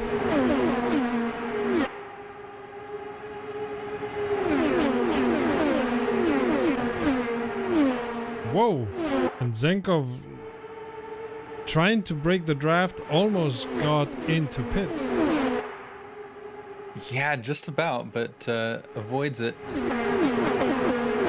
Zinkov and Ivashkin, they're working together, but Fabian Ball taking that outside line has, well, he had clean air, but then he kind of loses it as they draft together. But Fabian Ball slips in behind ASRC. Fabian Ball is in an ASRC sandwich, an oh gosh, my goodness, I'm sorry, ASRC, advanced competition team sandwich. Yeah, it is advanced competition, Fabian Ball, advanced competition again. So these guys are doing very, very well in this race on track position. Because remember, the guy in front is Ivashkin. He is several laps down, but he is helping out. And look at Stepanenko coming in, getting alongside Ball for a brief moment.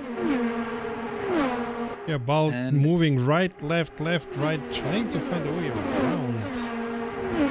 Yeah, Ball is fast enough to pass Zenkov. Stepanenko is fast enough to catch Ball. Zenkov is fast enough and good enough to hold off Ball. We're seeing a lot of expert talent here going after each other. Oh, we got a yellow out. Big yellow out. Big yellow, big yellow.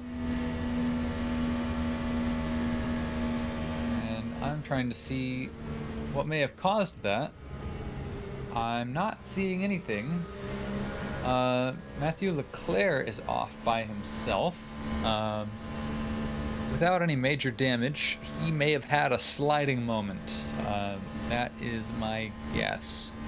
Leclerc currently racing down in 12th.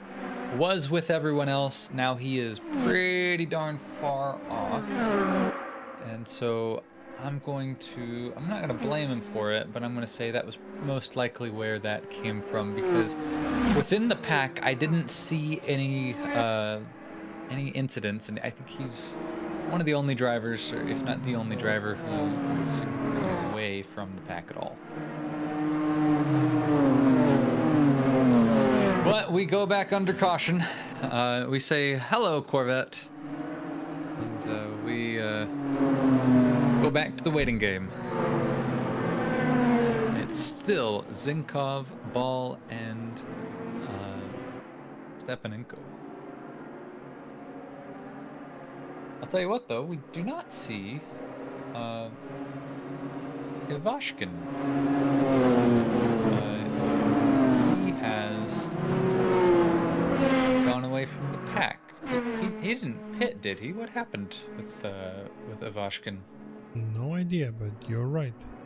He is all by his lonesome.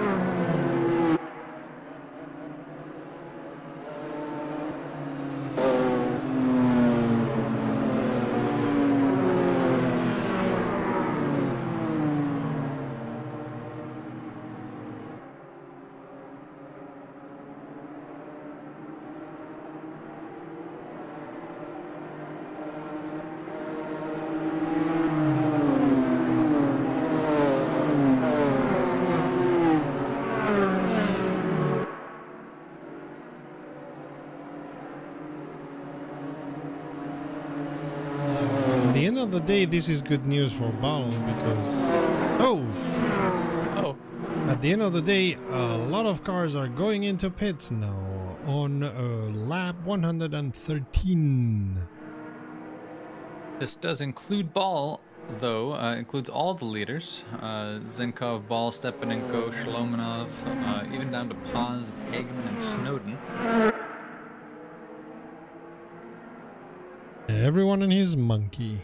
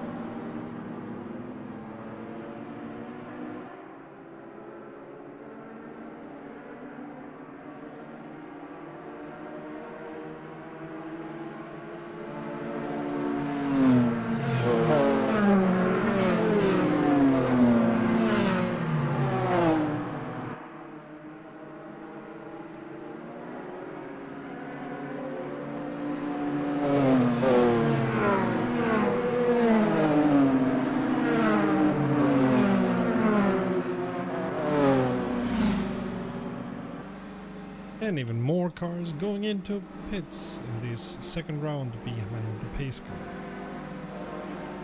Yeah, in this group, I'll tell you what, William Snowden, I hadn't noticed it, but he's in the pits, has been for a hot minute now, without a rear wing. Oh! And I think perhaps without a front wing as well. So that may have been the real cause of the yellow flag.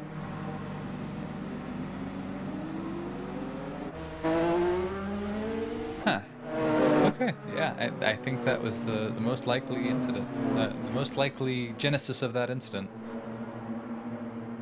But yeah, we missed that, and R Factor 2 does not give commentators too many tools to detect that kind of thing as it happens. We've just kind of got to have eyes in the skies for it.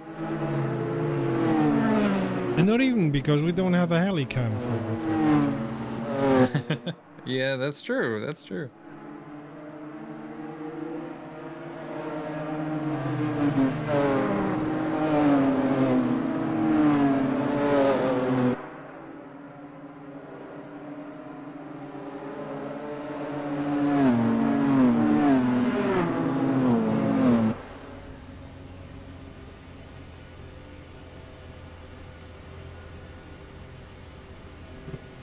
And lights go off of the pace car.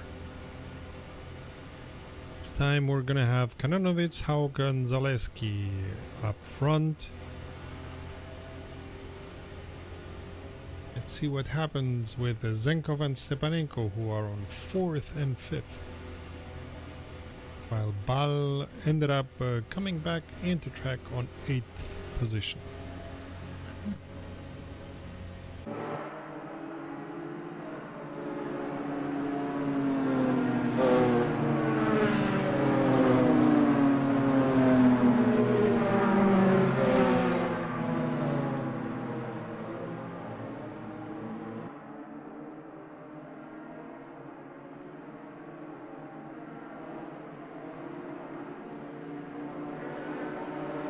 Snowden has been in the pits for a long time. I see him turning his wheel and revving his engine, and he has not moved yet. Oh, there he is. He's rolling again. And meanwhile, we have 8 cars that DNF'd out of 24 that started the race.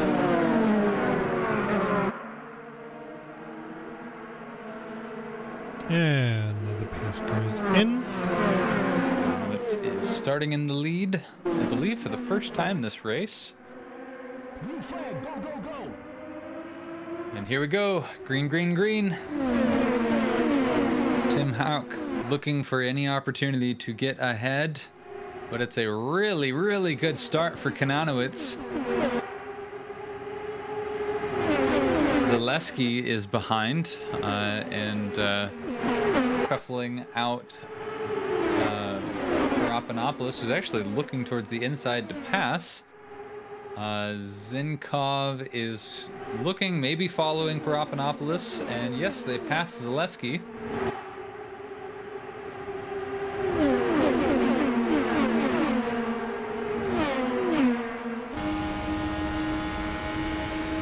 Yeah, trying to find the easiest way around these cars. Stepanenko has worked his way up the order since the start of the race to 5th, but currently not his all-time best. I think he's been up as high as 3rd in this race. So it looks like Tim Hauk is passing Kananowitz for the lead, and he does it. He does it, and he's followed by Papanopoulos, who I guess has some pace in that car, despite being, let's see, 3 laps down. So Papanopoulos, he's trying not to get too involved in these guys' race, but he is trying to, change the fact that he's several laps down, and to do that, you have to pass the leader. So Papanopoulos is trying to go from 3 laps down to 2 laps down here, and it looks like he does it, at least for the moment. We'll see how we go, but yeah, Papanopoulos is now 2 laps down and not 3 laps down, as he has passed Tim Hauk now. And I think Tim Hauk is just happy to have a drafting partner. The guy he doesn't want to pass is Kananowitz behind him. And Kananowitz has some good speed, and he's going to try to make that happen. But Kananowitz, with a driver on the outside of him, Zinkov, who briefly passed him. He is, man, this is a drag race between Zinkov and Kananowitz. Wow, Zinkov found some speed. Yeah.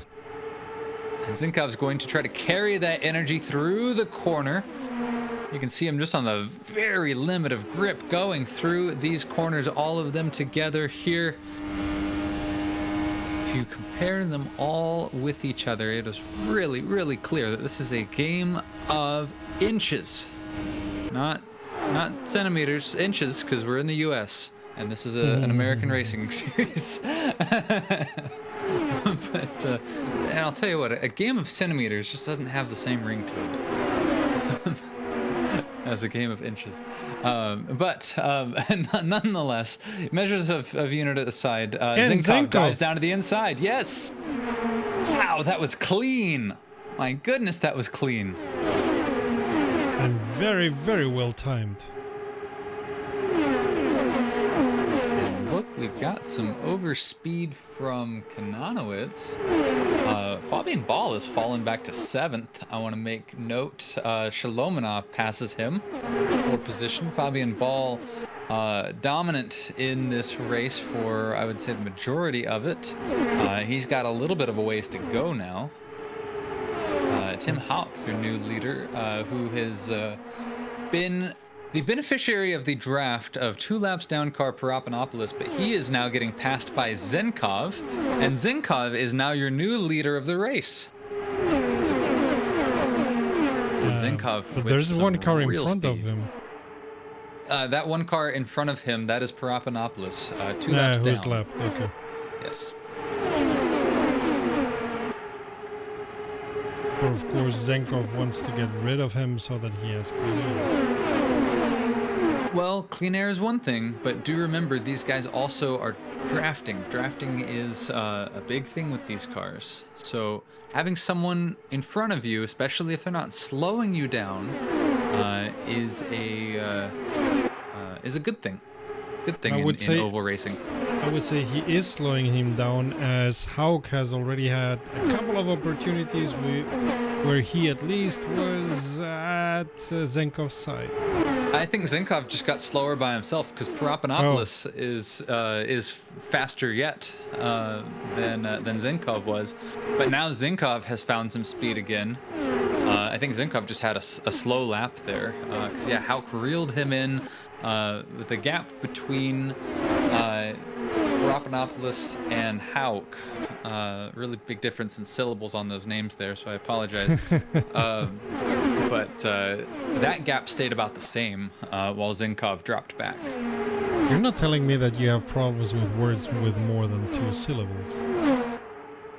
No, I got Paropanopolis' pronunciation down before you did, so... Paparinopoulos. Paparinopoulos. Yeah. Greek is easy because it's all as it's written out, but boy, is it ever written out.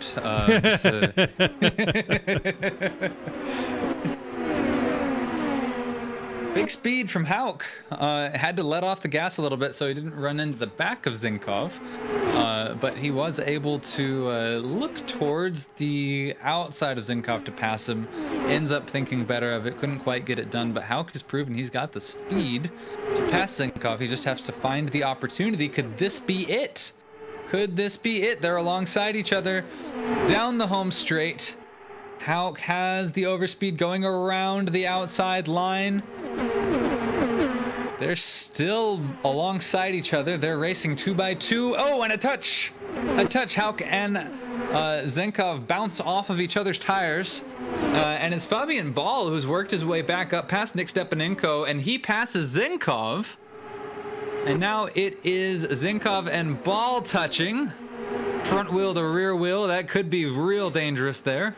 And Pablo Paz also has shoehorned his way into this. Getting really exciting. Pablo Paz shoots past the both of them, having recently gone past Stepanenko. And it's Houck, Paz, Zinkov, Ball, and Stepanenko rounding out 1 through 5. That order has shaked up quite a bit. Paparinopoulos has gone.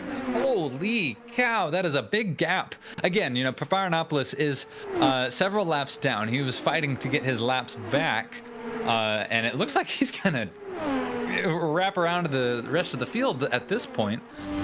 So really cool. Paparonopolis, don't count him out yet. He's on a tear. But the battle for the lead continues. It is Hawk, Paz, Bell. I'm sorry, Ball. And Ball passes Paz. And now Ball has worked his way back up to challenge Hauk for the lead. It is Hauk, Ball, Paz, Zinkov, and Stepanenko now. And Stepanenko is gonna lose the position. Or not. Ball takes the lead. Slipped in front of Hauk when we weren't looking. And it looks like it's going to be Ball for the moment. But Hauk is trying to make it a drag race. Paz is getting ever closer. Kind of boxed in Hauk there for a moment when he was trying to look towards the outside. Paz was there. Whenever you are racing in such close quarters at such high speeds, a lot can change in an instant, because whenever you're riding next to someone, it can feel like the two of you are just paused there at a moment in time, but really you're both moving very, very fast, and the slightest change can just absolutely instantly change where everything is in relation to your car, and you might have decided you're going to make a move, and all of a sudden you can't because something has changed, and now there's someone where you were about to put your car. That's what we saw with Hauk and Paz there. Oh, yellow is out. Oh. We have some sort of incident, and it's Ivashkin. Pavel Ivashkin, hard hit into the wall, has lost front and rear wings, has DNF'd. Pavel Ivashkin is out of the race. And there is, I didn't see any involvement off the top of my head. I saw no other colored body parts on the track. I think it was a singular incident. Man. But yep, another one bites the dust here at Indy. And we are back under yellow. This is more a race of attrition than anything else at the moment. It's what we saw in previous years. It's what we're seeing now. And it is probably going to continue.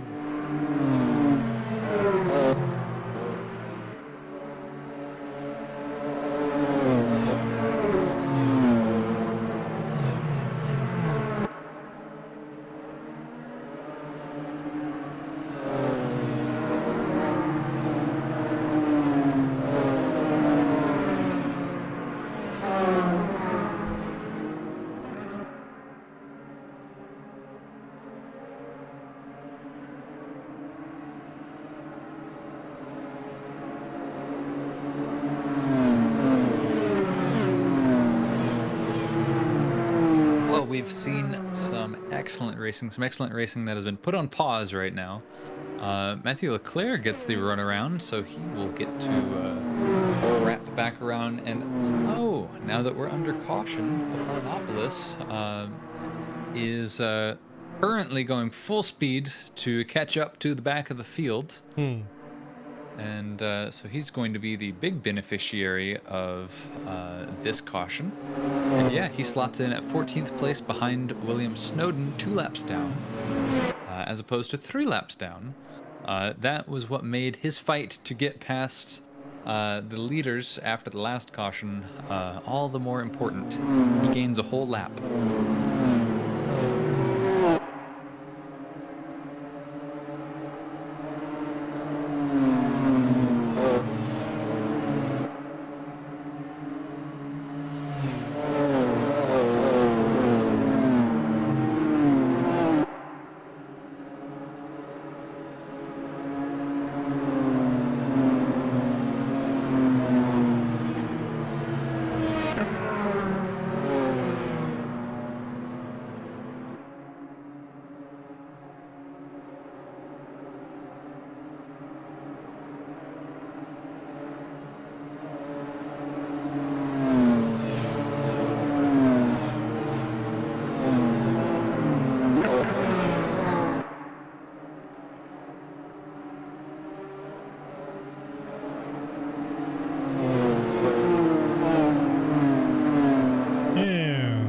most of the leaders going into pits. Right away.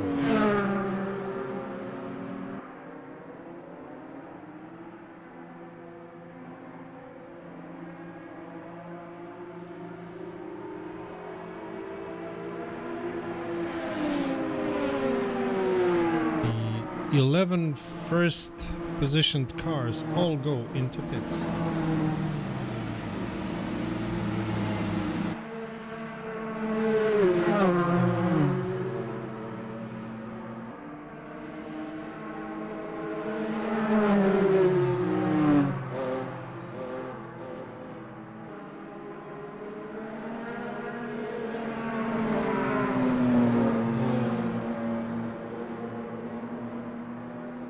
But for now, they don't even lose the position, as all the other cars are where 2 laps down now are 1 lap down.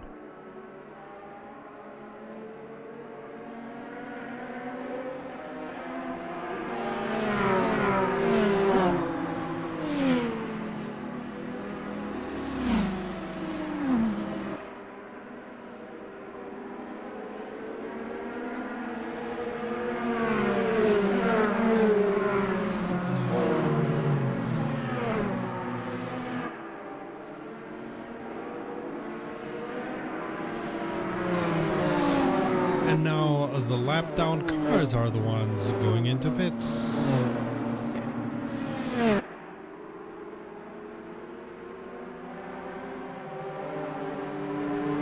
they took turns.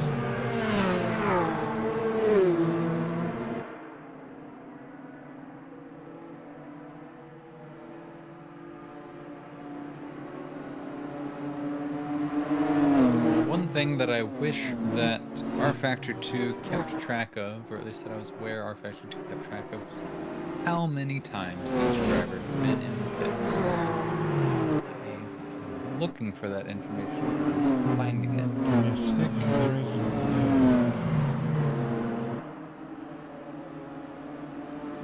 nope.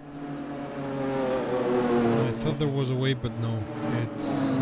It's not one of the informations that you find.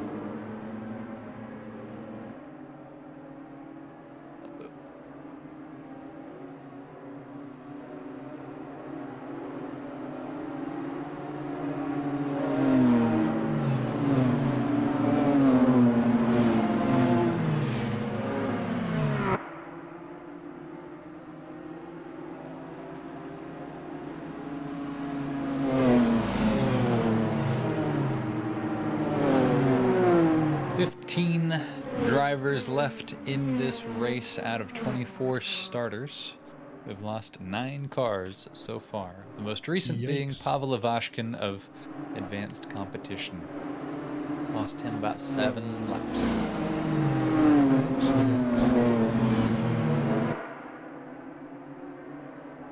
And the lights on the pace car are off.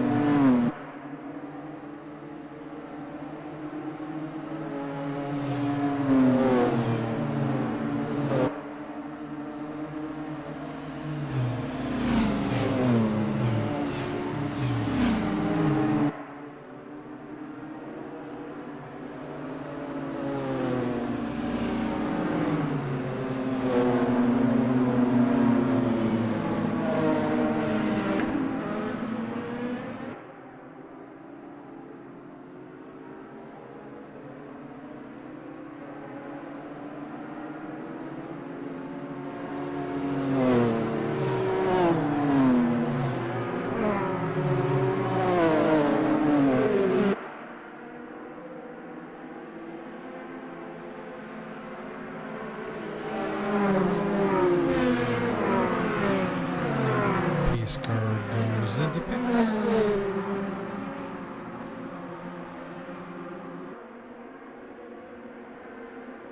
Green flag, go, go, go. And we already see some cars fanning out. Oh, trying the outside. Yeah, Zinkov and Stepanenko, same team, are going to be working together to get around Paz. can already see Zinkov is right on Paz's tail, but Paz is looking towards the inside, and he's trying to slide in behind Tim Houck to slip around Fabian Bell. I'm sorry, Ball. And it's Ball and Houck together for a brief moment, and back to being spread out again.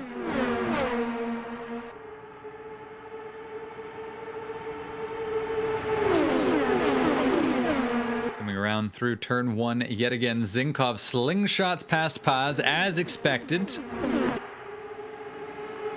And then now he sets his sights on Tim Houck in the number 11 car.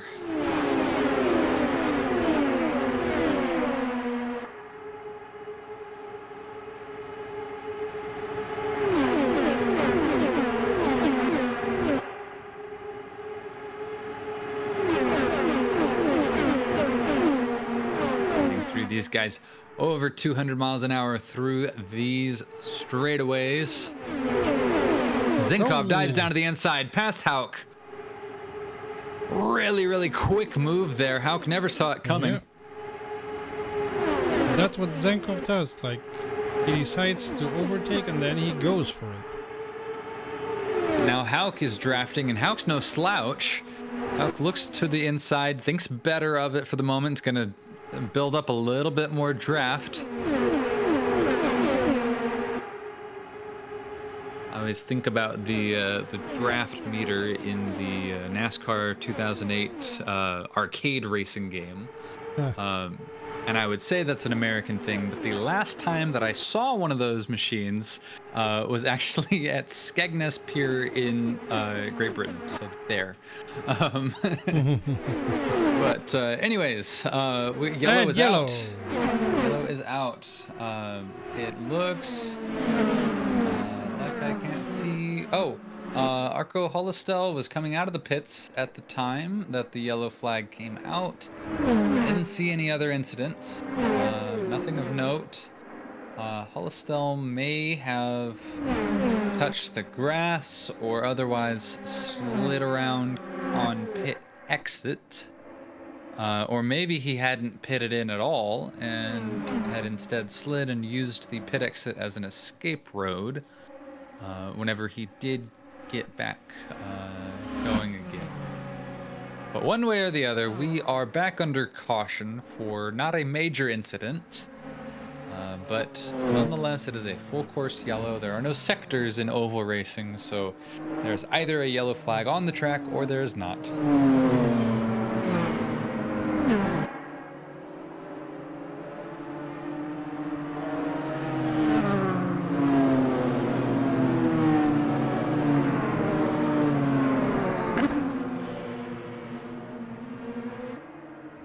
And it looks as if Snowden is gonna regain his lap and gonna be on the leading lap once again. Yes, welcome back, Snowden.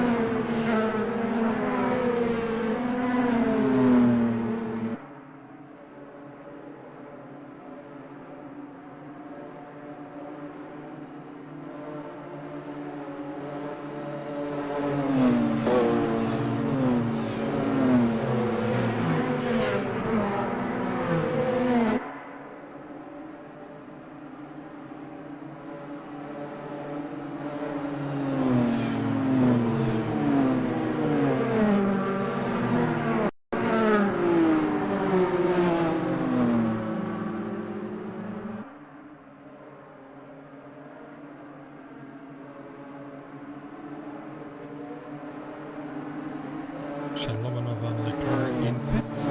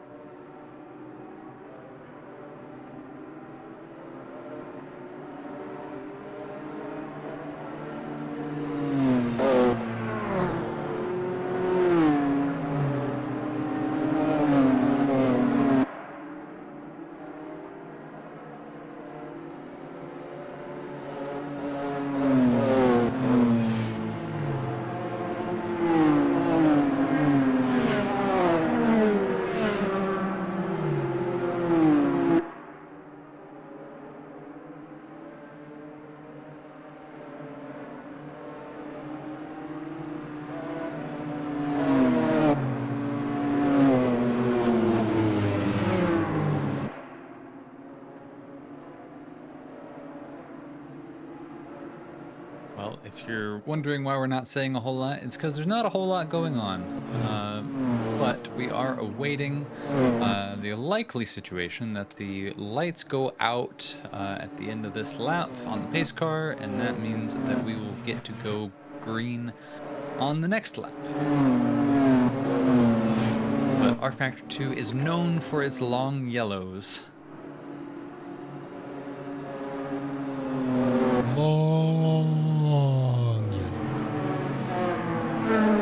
That was made funnier by the fact that your microphone cut out halfway between you starting that word and ending that word.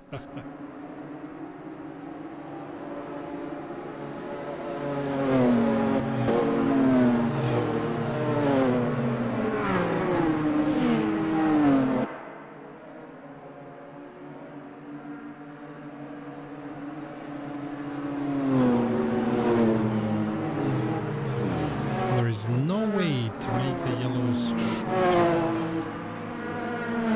They are hardwired into the software.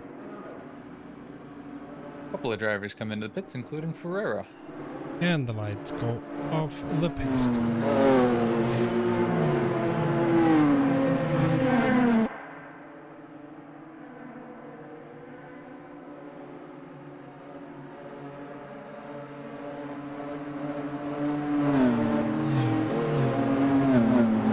Looks like the top 10 drivers are all organized correctly in order, with no lap down cars in between them. So whenever we go racing, yes, for once, whenever we go racing, the cars that that you see are the cars that you get on the grid.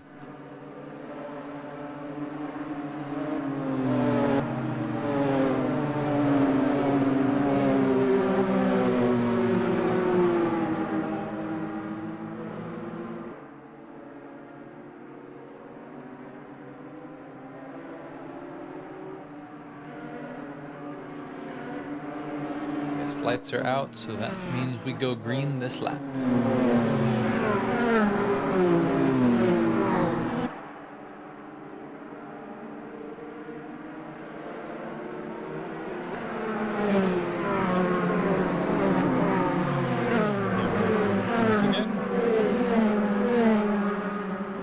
See you soon. And we're about to go racing. Leclerc dives down to the inside. Zenkov dives down to the inside with an excellent restart, and it's Zenkov who takes an immediate lead ahead of Ball. Once again, it seems to be a specialty of Zenkov that he's trained long and hard enough.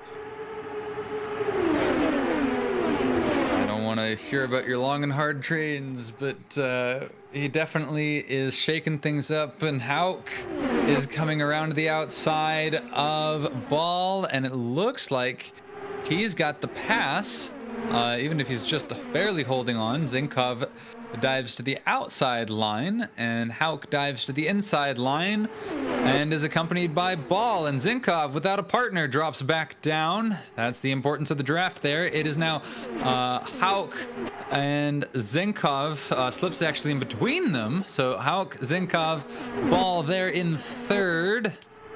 Paz in fourth. Awaiting a mistake.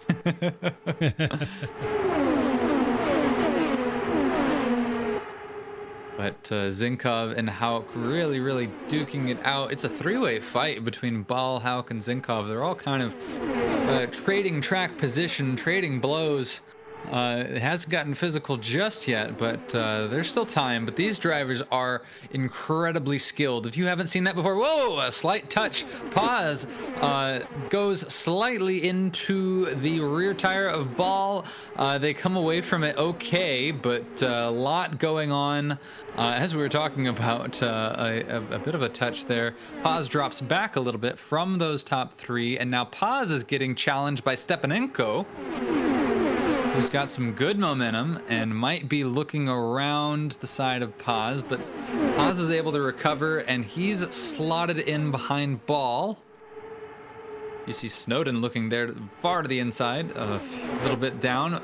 Paz dives down to the inside. Paz takes the lead.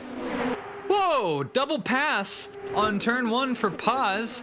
He might not be able to hold on to it forever, but that was impressive, ballsy, quite the move. Zinkov and Stepanenko teammates have dipped down towards the inside. They're alongside each other now. Seeing a lot of really good racing here. I'm liking what I'm seeing, but boy, there's a lot of action here at the front. Paz leads the race for the first time. Outside, oh, a bit of a shuffle there at the back.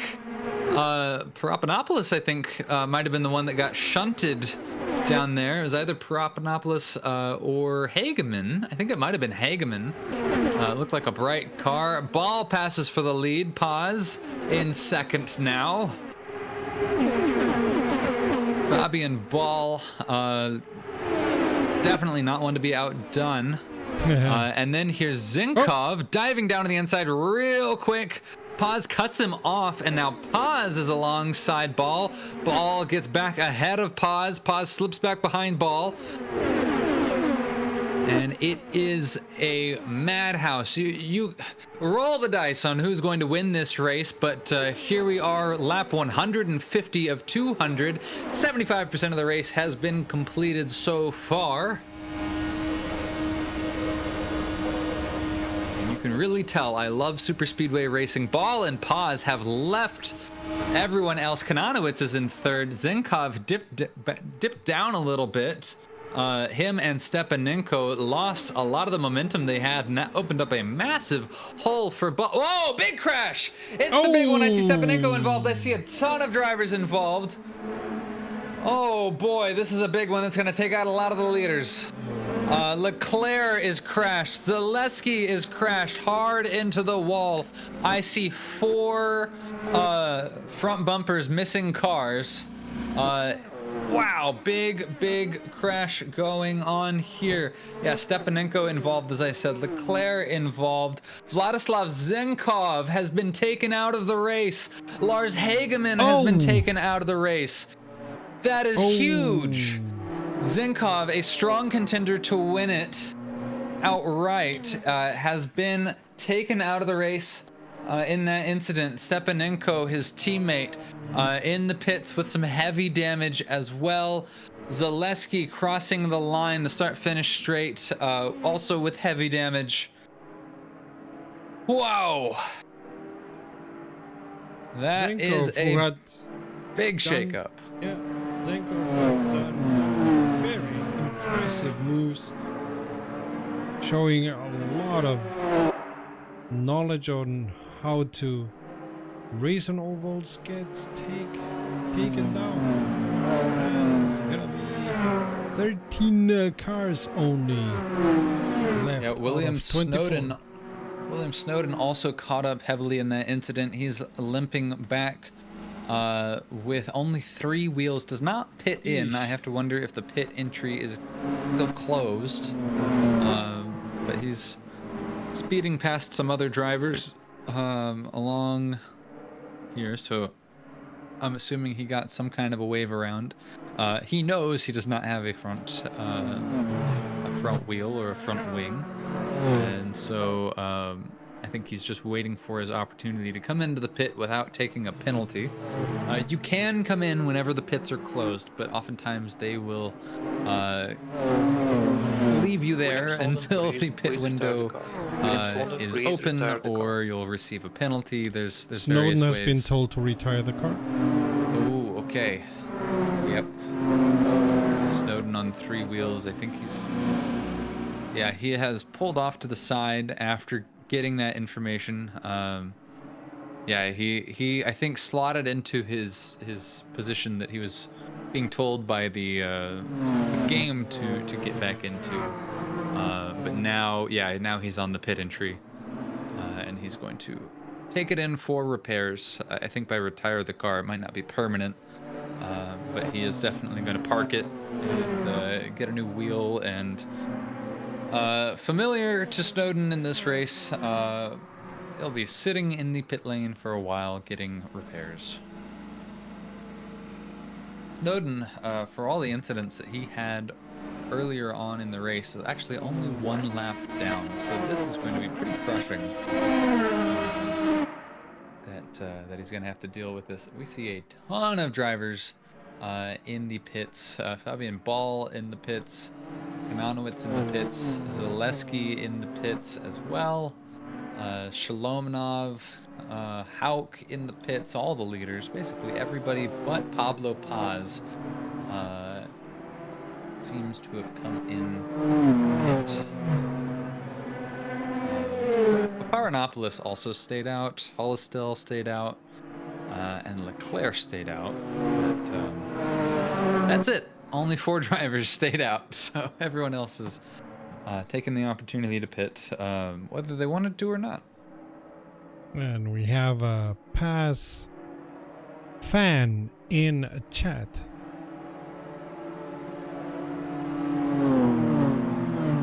Boy, Zenkov being taken out. That's gonna sting.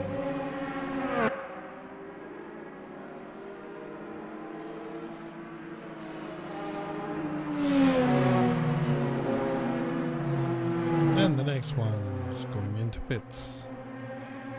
Yep, that includes Paz and Hollistel, and so like the only ones who stayed out. The only one who stayed out was what was it? Shlomonov? No, Leclerc. Leclerc stayed out, and Paranopoulos. Those are the only 2 that have not come into pit this caution.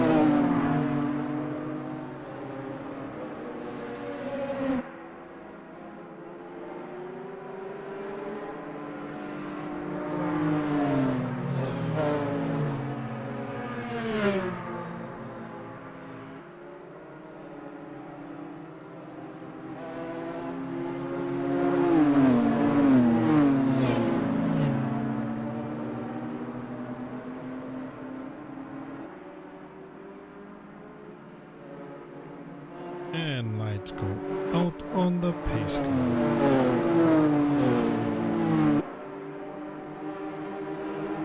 And Leclerc gets a penalty. Suppose for speeding in the pit lane. That's easily avoidable.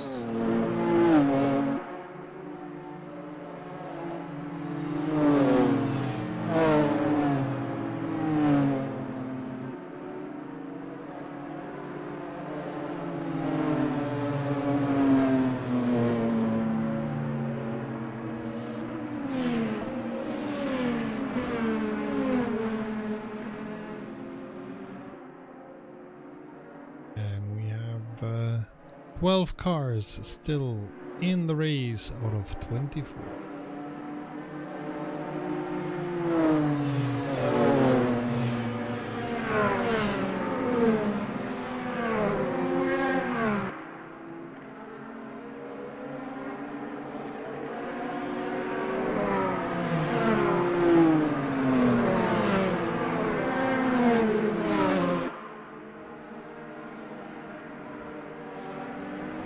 In pits.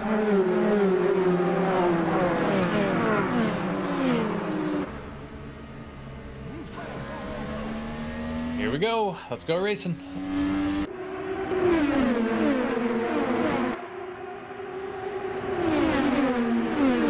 Well, Paparnopolis ends up ahead of the leaders again. Paparnopolis has moved up to 9th place. And he's going to try to stay ahead of Ball and Hauk again in case there's an incident. But Ball is right up on Paparnopolis' tail. Hauk now passes Ball, who got caught behind Paparnopolis. And it's Tim Hauk as the new leader. And then followed by Ball and Shlomanov. And then Kananowitz. And then Paz. Leclerc comes in to serve his drive-through penalty. I think it's a drive-through penalty.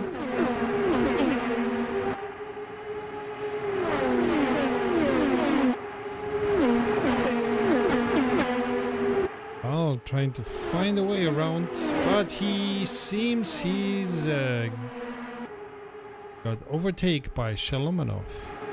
Yeah, it was 3 wide there for a second.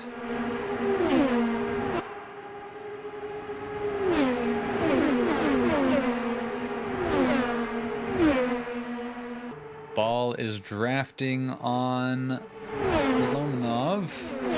Paparnopolis looks towards the inside. See Leclerc there coming out of the pits. Rejoining an ever-shrinking field of drivers. Oh, so ever shrinking.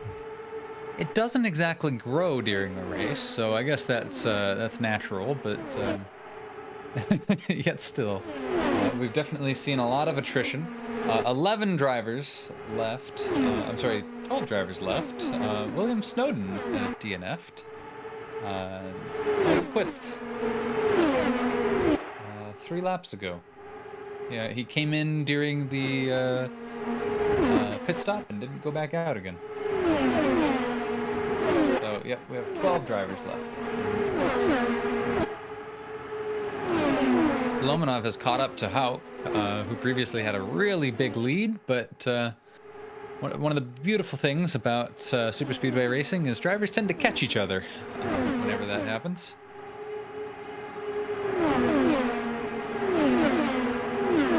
It is Hauk, Shalomanov, Ball, and then quite far back now, it's Paz.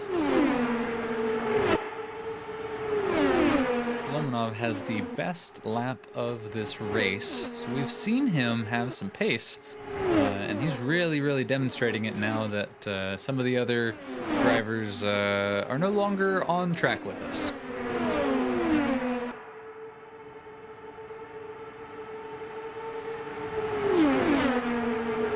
Ball, I'll tell you what, he has been Mr. Consistency throughout this race. His second equal would be Hauk, and his third equal would be Zenkov, but we know how that ended with a DNF a few laps ago. 10 laps ago now. By no fault of his own. No, by no fault of his own.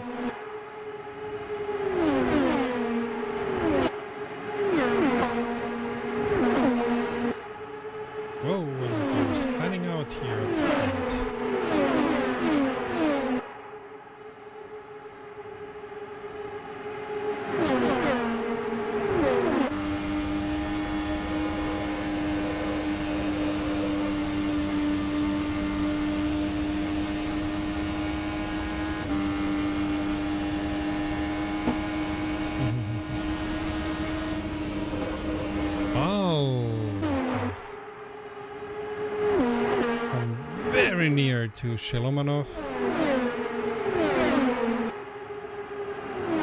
Cannot make anything of that situation. Oh, he yet. looks towards the outside though.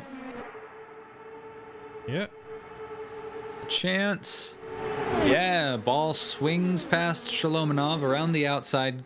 Ball has done very well to pass on the outside of corners. He knows where that car is fast, and it's on the wider radius of the outside.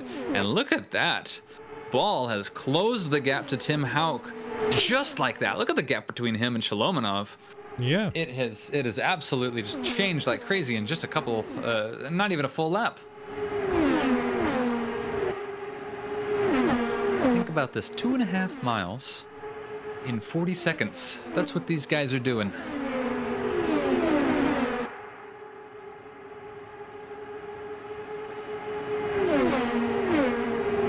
So that's like 3 miles per hour. Not in the slightest. That's not at all correct. No. That's like 200 miles an hour. And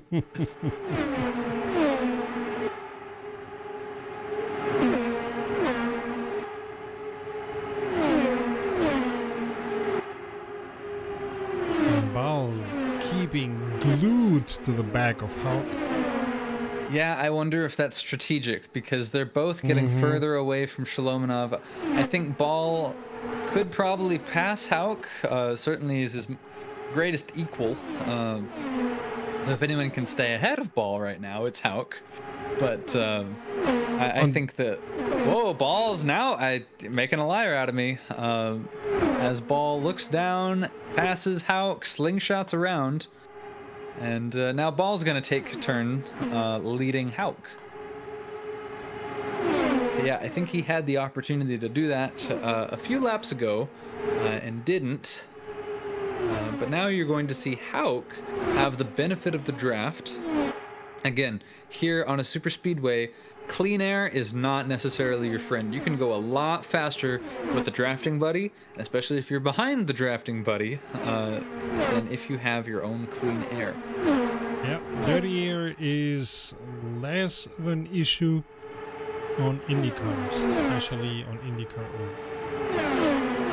Well, there becomes a point where the hole punched by the IndyCar, that is punching through the air. There's a vacuum created, and then the air, a distance back from the car, all collides together. That's where the dirty air begins. Yeah. So there is dirty air. If you're further back, you're racing in dirty air. But the closer you get, that dirty air just turns into drafting as that air gets more streamlined. That's what Formula One wishes could change, because the vortices behind the Formula One cars make overtaking so difficult because of dirty air.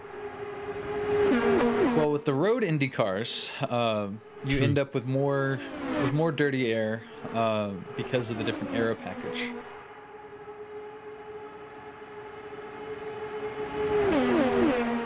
At least that's how it tends to work in sim racing.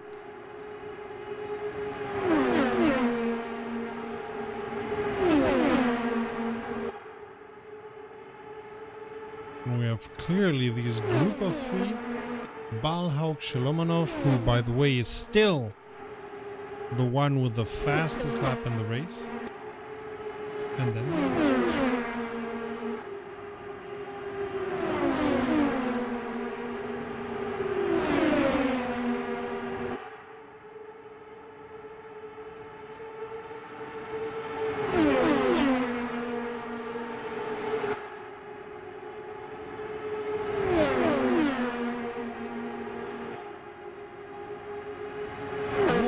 they have a big distance to the fourth path. Almost 4 seconds. Yes, yeah, these three have really broken away from the pack. And that's surprising because the rest of the pack includes Pablo Paz, who not too long ago was fighting for the outright win.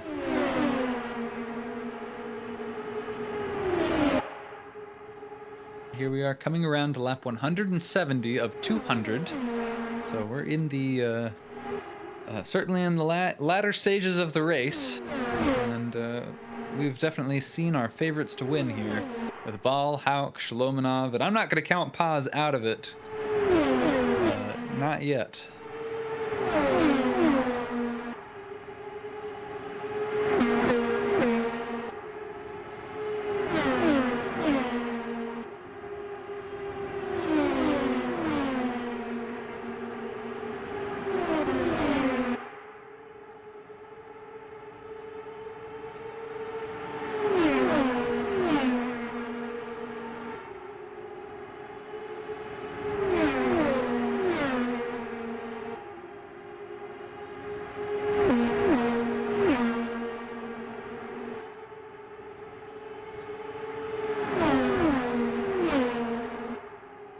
And now there's a big gap to Shalomonov.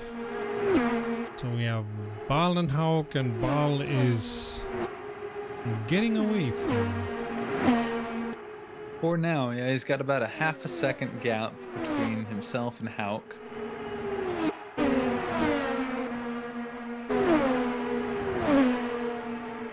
And then there's a 1.3 second gap between Shalomonov and Hauk.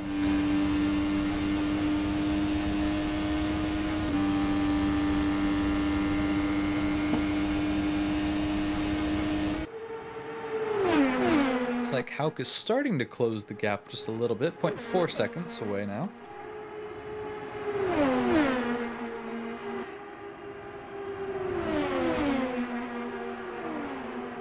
Yeah, Bal has definitely said, all right, we're towards the end of the race, no messing around. And he is True going that. for it.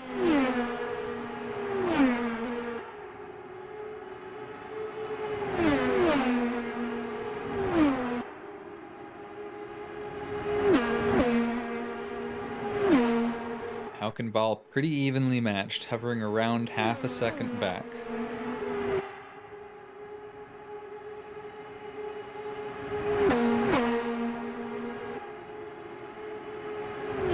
Gap to each other is staying around the same, but the gap to Shalomonov is increasing, now about 2 seconds back from Hauk. Pablo Paz is fighting off Nick Stepanenko's lap down from him, and he is 6 seconds back from the leader. Paz is actually 6.7 seconds away from Fabian Ball. So we've seen a bit of gap going. This is what happens when you have green running for too long. And especially whenever you have only 12 cars left on the grid. We have now exactly half of the amount of cars that we started with.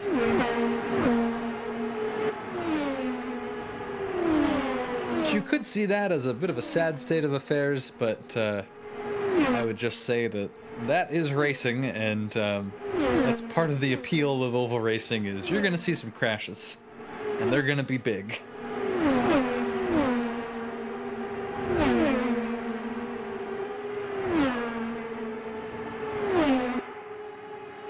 And at the front, Bal and Hauk are keeping some distance to each other, but not too much distance.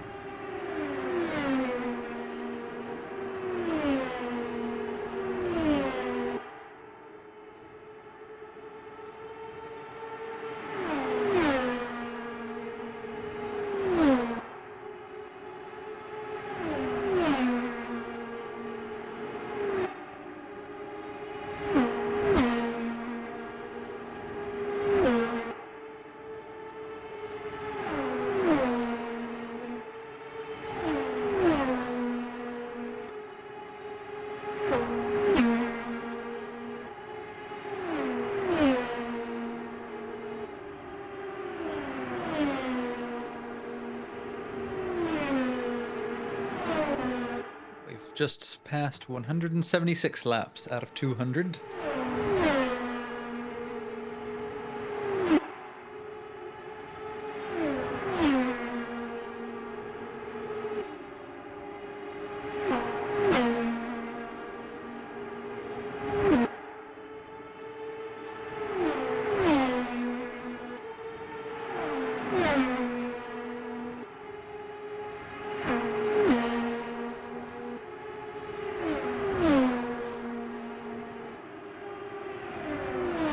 Hauk have really gotten away from Shalomonov. 3.5 seconds gap between Shalomonov and Hauk. The gap to Ball and Hauk has increased a little bit, but only by 1/10. And 1/10 can be a lot, but over the course of the Indy 500, it's nothing. Matthew Leclerc comes out of the pits. He had pitted under green flag conditions. Probably a scheduled pit stop. As, we're kind of coming around that time. We've actually, for all of the cautions that we've had, this is, I believe, the longest period that we've had of green flag running since the beginning of the race.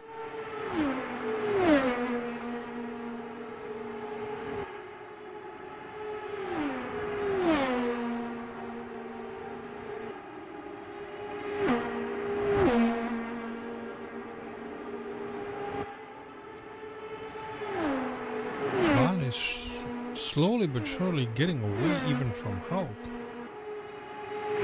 Yeah, starting about a lap and a half or 2 laps ago, Ball really started pulling away, and he went from half a second, which had been the gap, to 1.3 seconds now, and it looks to be gaining a little bit as well, and I don't think that is because Hauk faltered at all, because again the gap from Hauk to Shalomonov also continues to increase, but I think Ball just found a second wind and got a little bit quicker.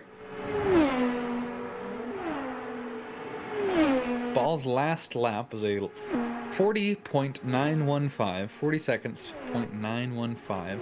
Tim Hauk was a 41.340. So Ball is the quicker driver so far, and he is the fastest driver, unsurprisingly, on the grid right now. So his last lap was the only one that was sub 40 seconds, except for one that just came in from Everett Dumont, who is leading Yaroslav Shalomonov on track position, not on overall position. Shalomonov is in 3rd place, and Dumont is in 7th, 1 lap down. But he is got the benefit of the draft there. But Ball is all by himself, and he's setting sub 41 second laps around here. Let's see the speed trap. Does it improve? 41.026. So slight slowdown from Ball, and also a slight slowdown from Hauk, coming in at 41.513. That's 0.2 off of his last lap. So both drivers are starting to slow down a little bit. I think we're going to start seeing tire degradation come into play here, since we've been green for so long.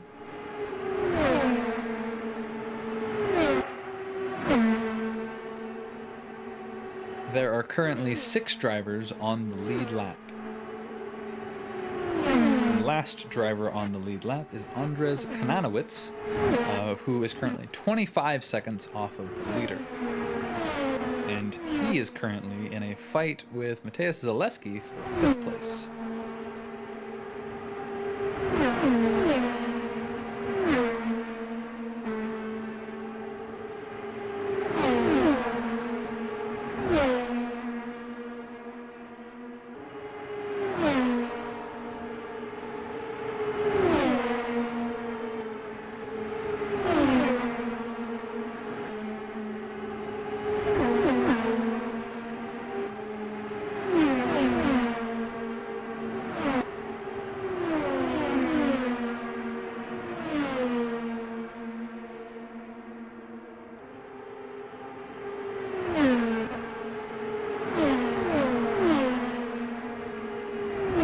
Is now already 4 seconds away from Hauk. Yeah, really running away with it here in the latter stages. 184 of 200, and we know that these guys have pitted not terribly long ago. It's been long enough that we're starting to see some tire degradation probably come into play. We're seeing no 40-second laps anymore. We are seeing 41-second laps, even from Ball and Hauk. Everyone's getting a little bit slower, a little bit slower, a little bit slower. And so tire degradation, definitely a factor. I think Ball has enough in the tank to make it to the end. And so I think Hauk does as well. If we see a caution, we will probably not see the drivers at the front pitting. We probably will see drivers at the back pitting. But I think at this point, physical position on the track, having the lead on the other drivers is going to be the most important thing.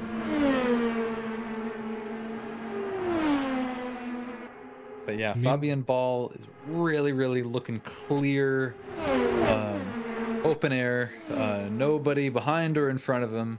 Here with 14 laps to go, he's looking great.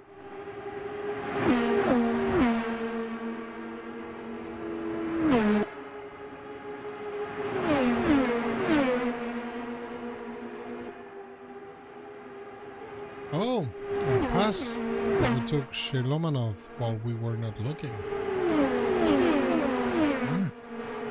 Paz moves into third place. That's on the podium.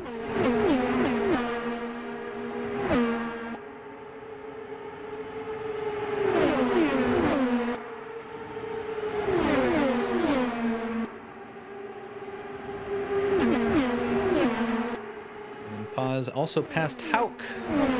And so it is now Paz who's going to be, if anybody, the challenger for the win on Ball. But don't count Hauk out of it, because now Hauk has the benefit of drafting behind Paz. And if Hauk and Paz are both smart, they're going to work together as drafting partners to try to catch Ball, who is by himself. And we've just seen in the last lap, and we're going to see another one, we saw 40.959 from Paz.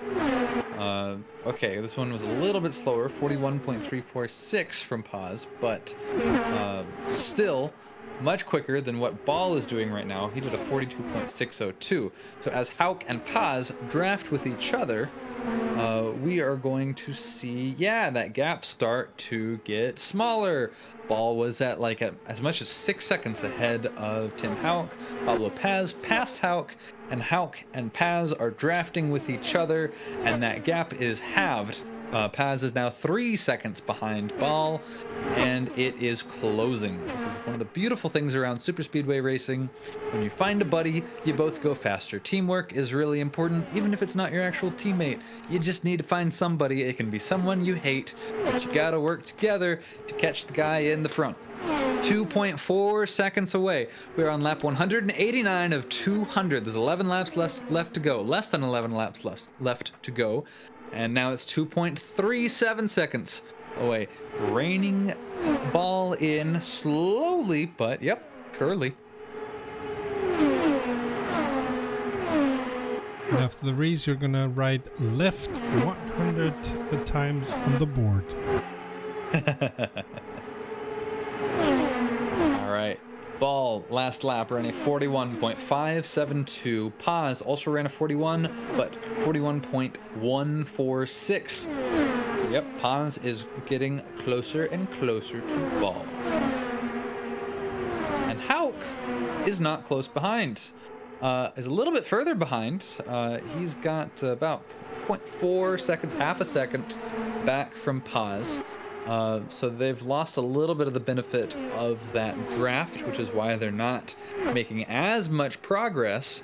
But now Shelomanov is getting closer, and if you look a lap or so down, it is Mathieu Leclerc, who's a lap down car, but Hauk got passed by Leclerc, and now Hauk has gotten a little bit faster because he's drafting behind Leclerc.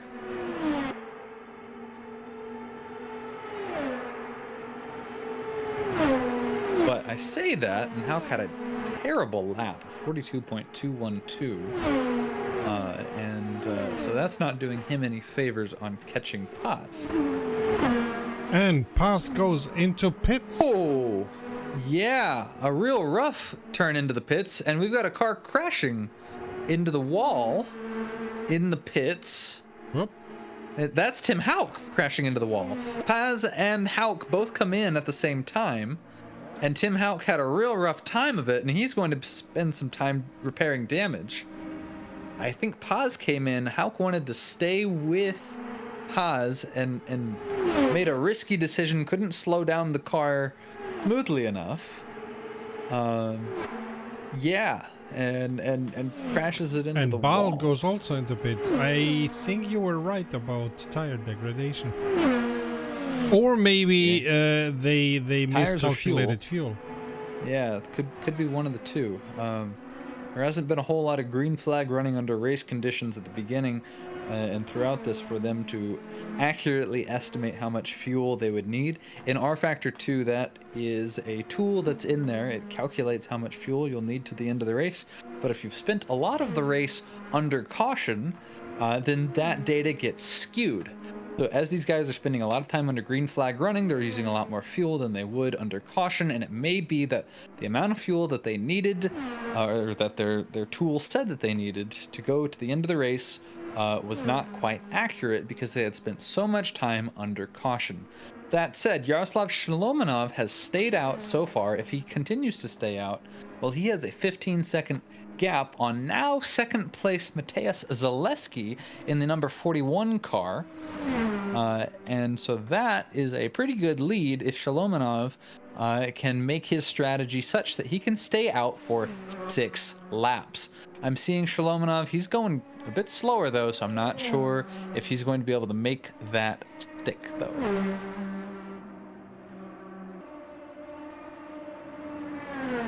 Shalomonov is, not going full pace. So my guess, he will be coming in. Fabian Ball has passed Zaleski for position.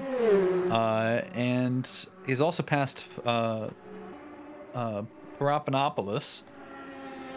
And so Ball, if Shalomonov comes in, which he stays out, but he's not on pace.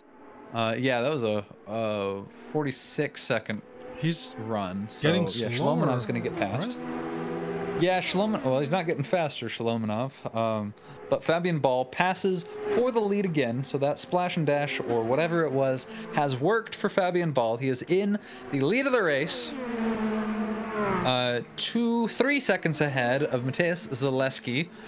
Here with 5 laps to go. I saw a thing come up on I think it's 0 minutes remaining. That doesn't mean anything. We have 5 laps to go of the race. Unless it was like we get to a certain time and then call it. We'll find out. Ball is swinging around like he won. Yeah, actually, yes. Okay, they did call it on time. So 5 laps early. Ball is the winner of the race. Congratulations to Fabian Ball. Pablo Paz crosses the line 4.5 seconds back in second place. He just passed Mateusz Zaleski before the end, and he gets it. And then it is Zaleski, and then Houck, and then Shalomonov rounding out your top 5. Man, that was a long race. Any famous last words from you, Cody? You see why I love super speedway racing? You get some wonderful close racing. It is the kind of race that, like, you know, in arcade racing games, they have catch up, you know, where the cars at the back get a speed boost so that they catch up to the cars at the front. The cars at the front go slower. Super speedway racing is the natural version of that. If you're up at the front, you don't have a drafting partner, you will get pulled back. And then if you're at the back, you're racing in the pack, it just becomes this big train of engines and not a lot of air resistance, and you can catch up to the guys in the front. It keeps things interesting through the whole race. And unless you have very long cautions like we had through a big portion of this race, you just have flag to flag interestingness. And I thought that this was a wonderful race. Even though we had a lot of attrition, we finished with half of the cars that we started with. Some drivers are going to be very upset about how they ended up having to DNF. I mean, I don't think any drivers are going to be happy about it, but some are going to be more understanding of why they didn't finish the race, and others are going to have some words to exchange with other drivers, but we'll let them handle that. And for now, we'll say we got a great show, and I had a wonderful time. And my famous last words would be that yellow is only a good color if you're a banana. And with these words, save fuel, collect pickup, and we'll see each other at the podium. Bye! Bye.